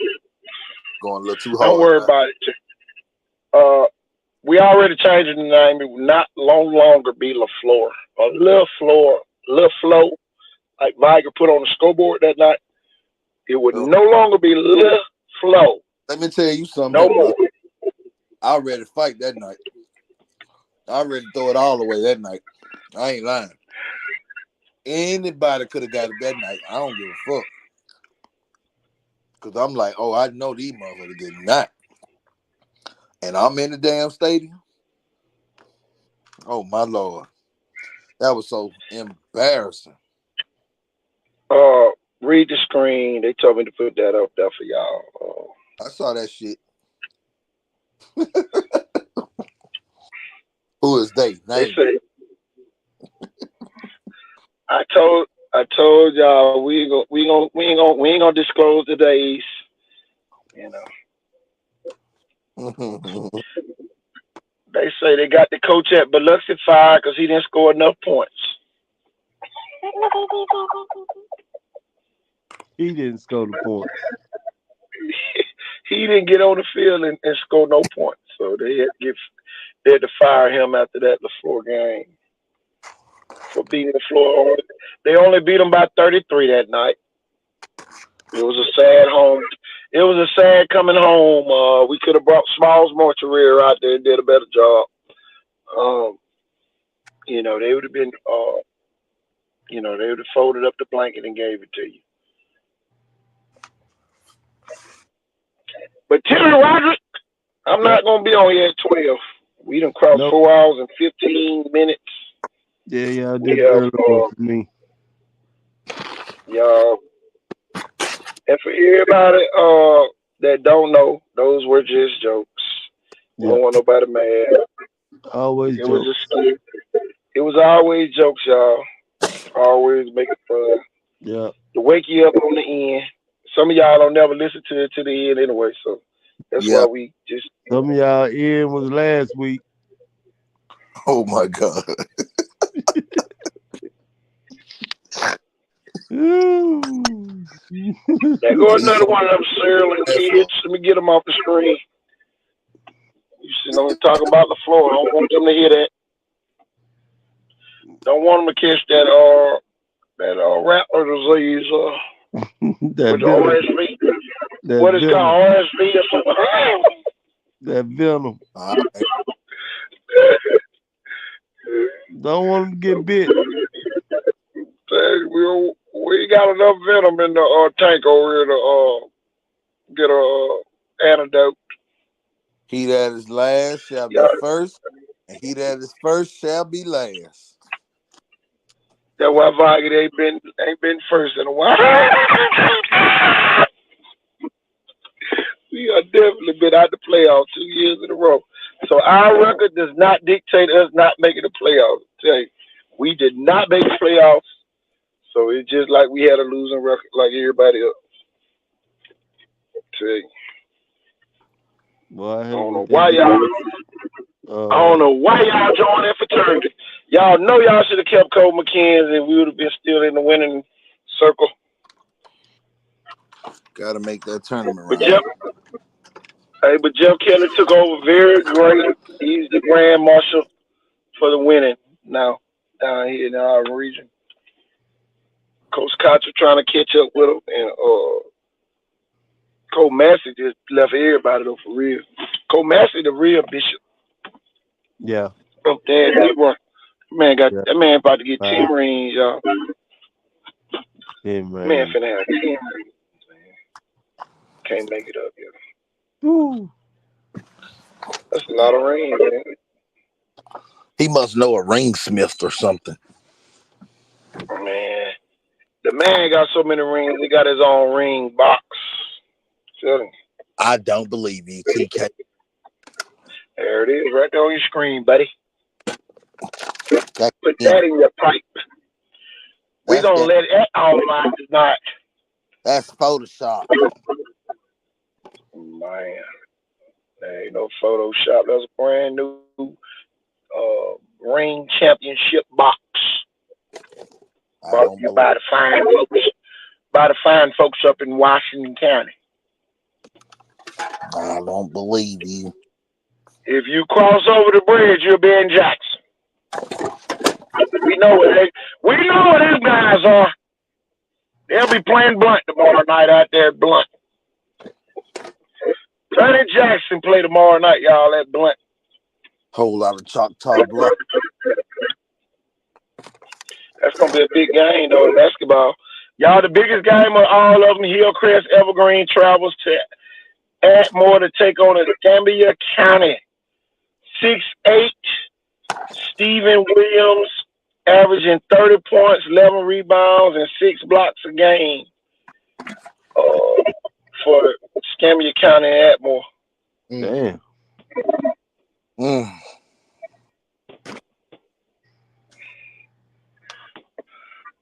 That's nice. If we don't go live, that's where I'm gonna be at. I will be in Atmore. Okay. That's serious business. Clear bag policy in effect in Atmore. Also, clear bag policy. As it should be. Metal detector. A guy dropped the gun and it went off in the gym. Oh man. Yep. So these are the new security measures. Mobile North. That's what we gonna call Atmore from now. Mobile County North up there in Atmore.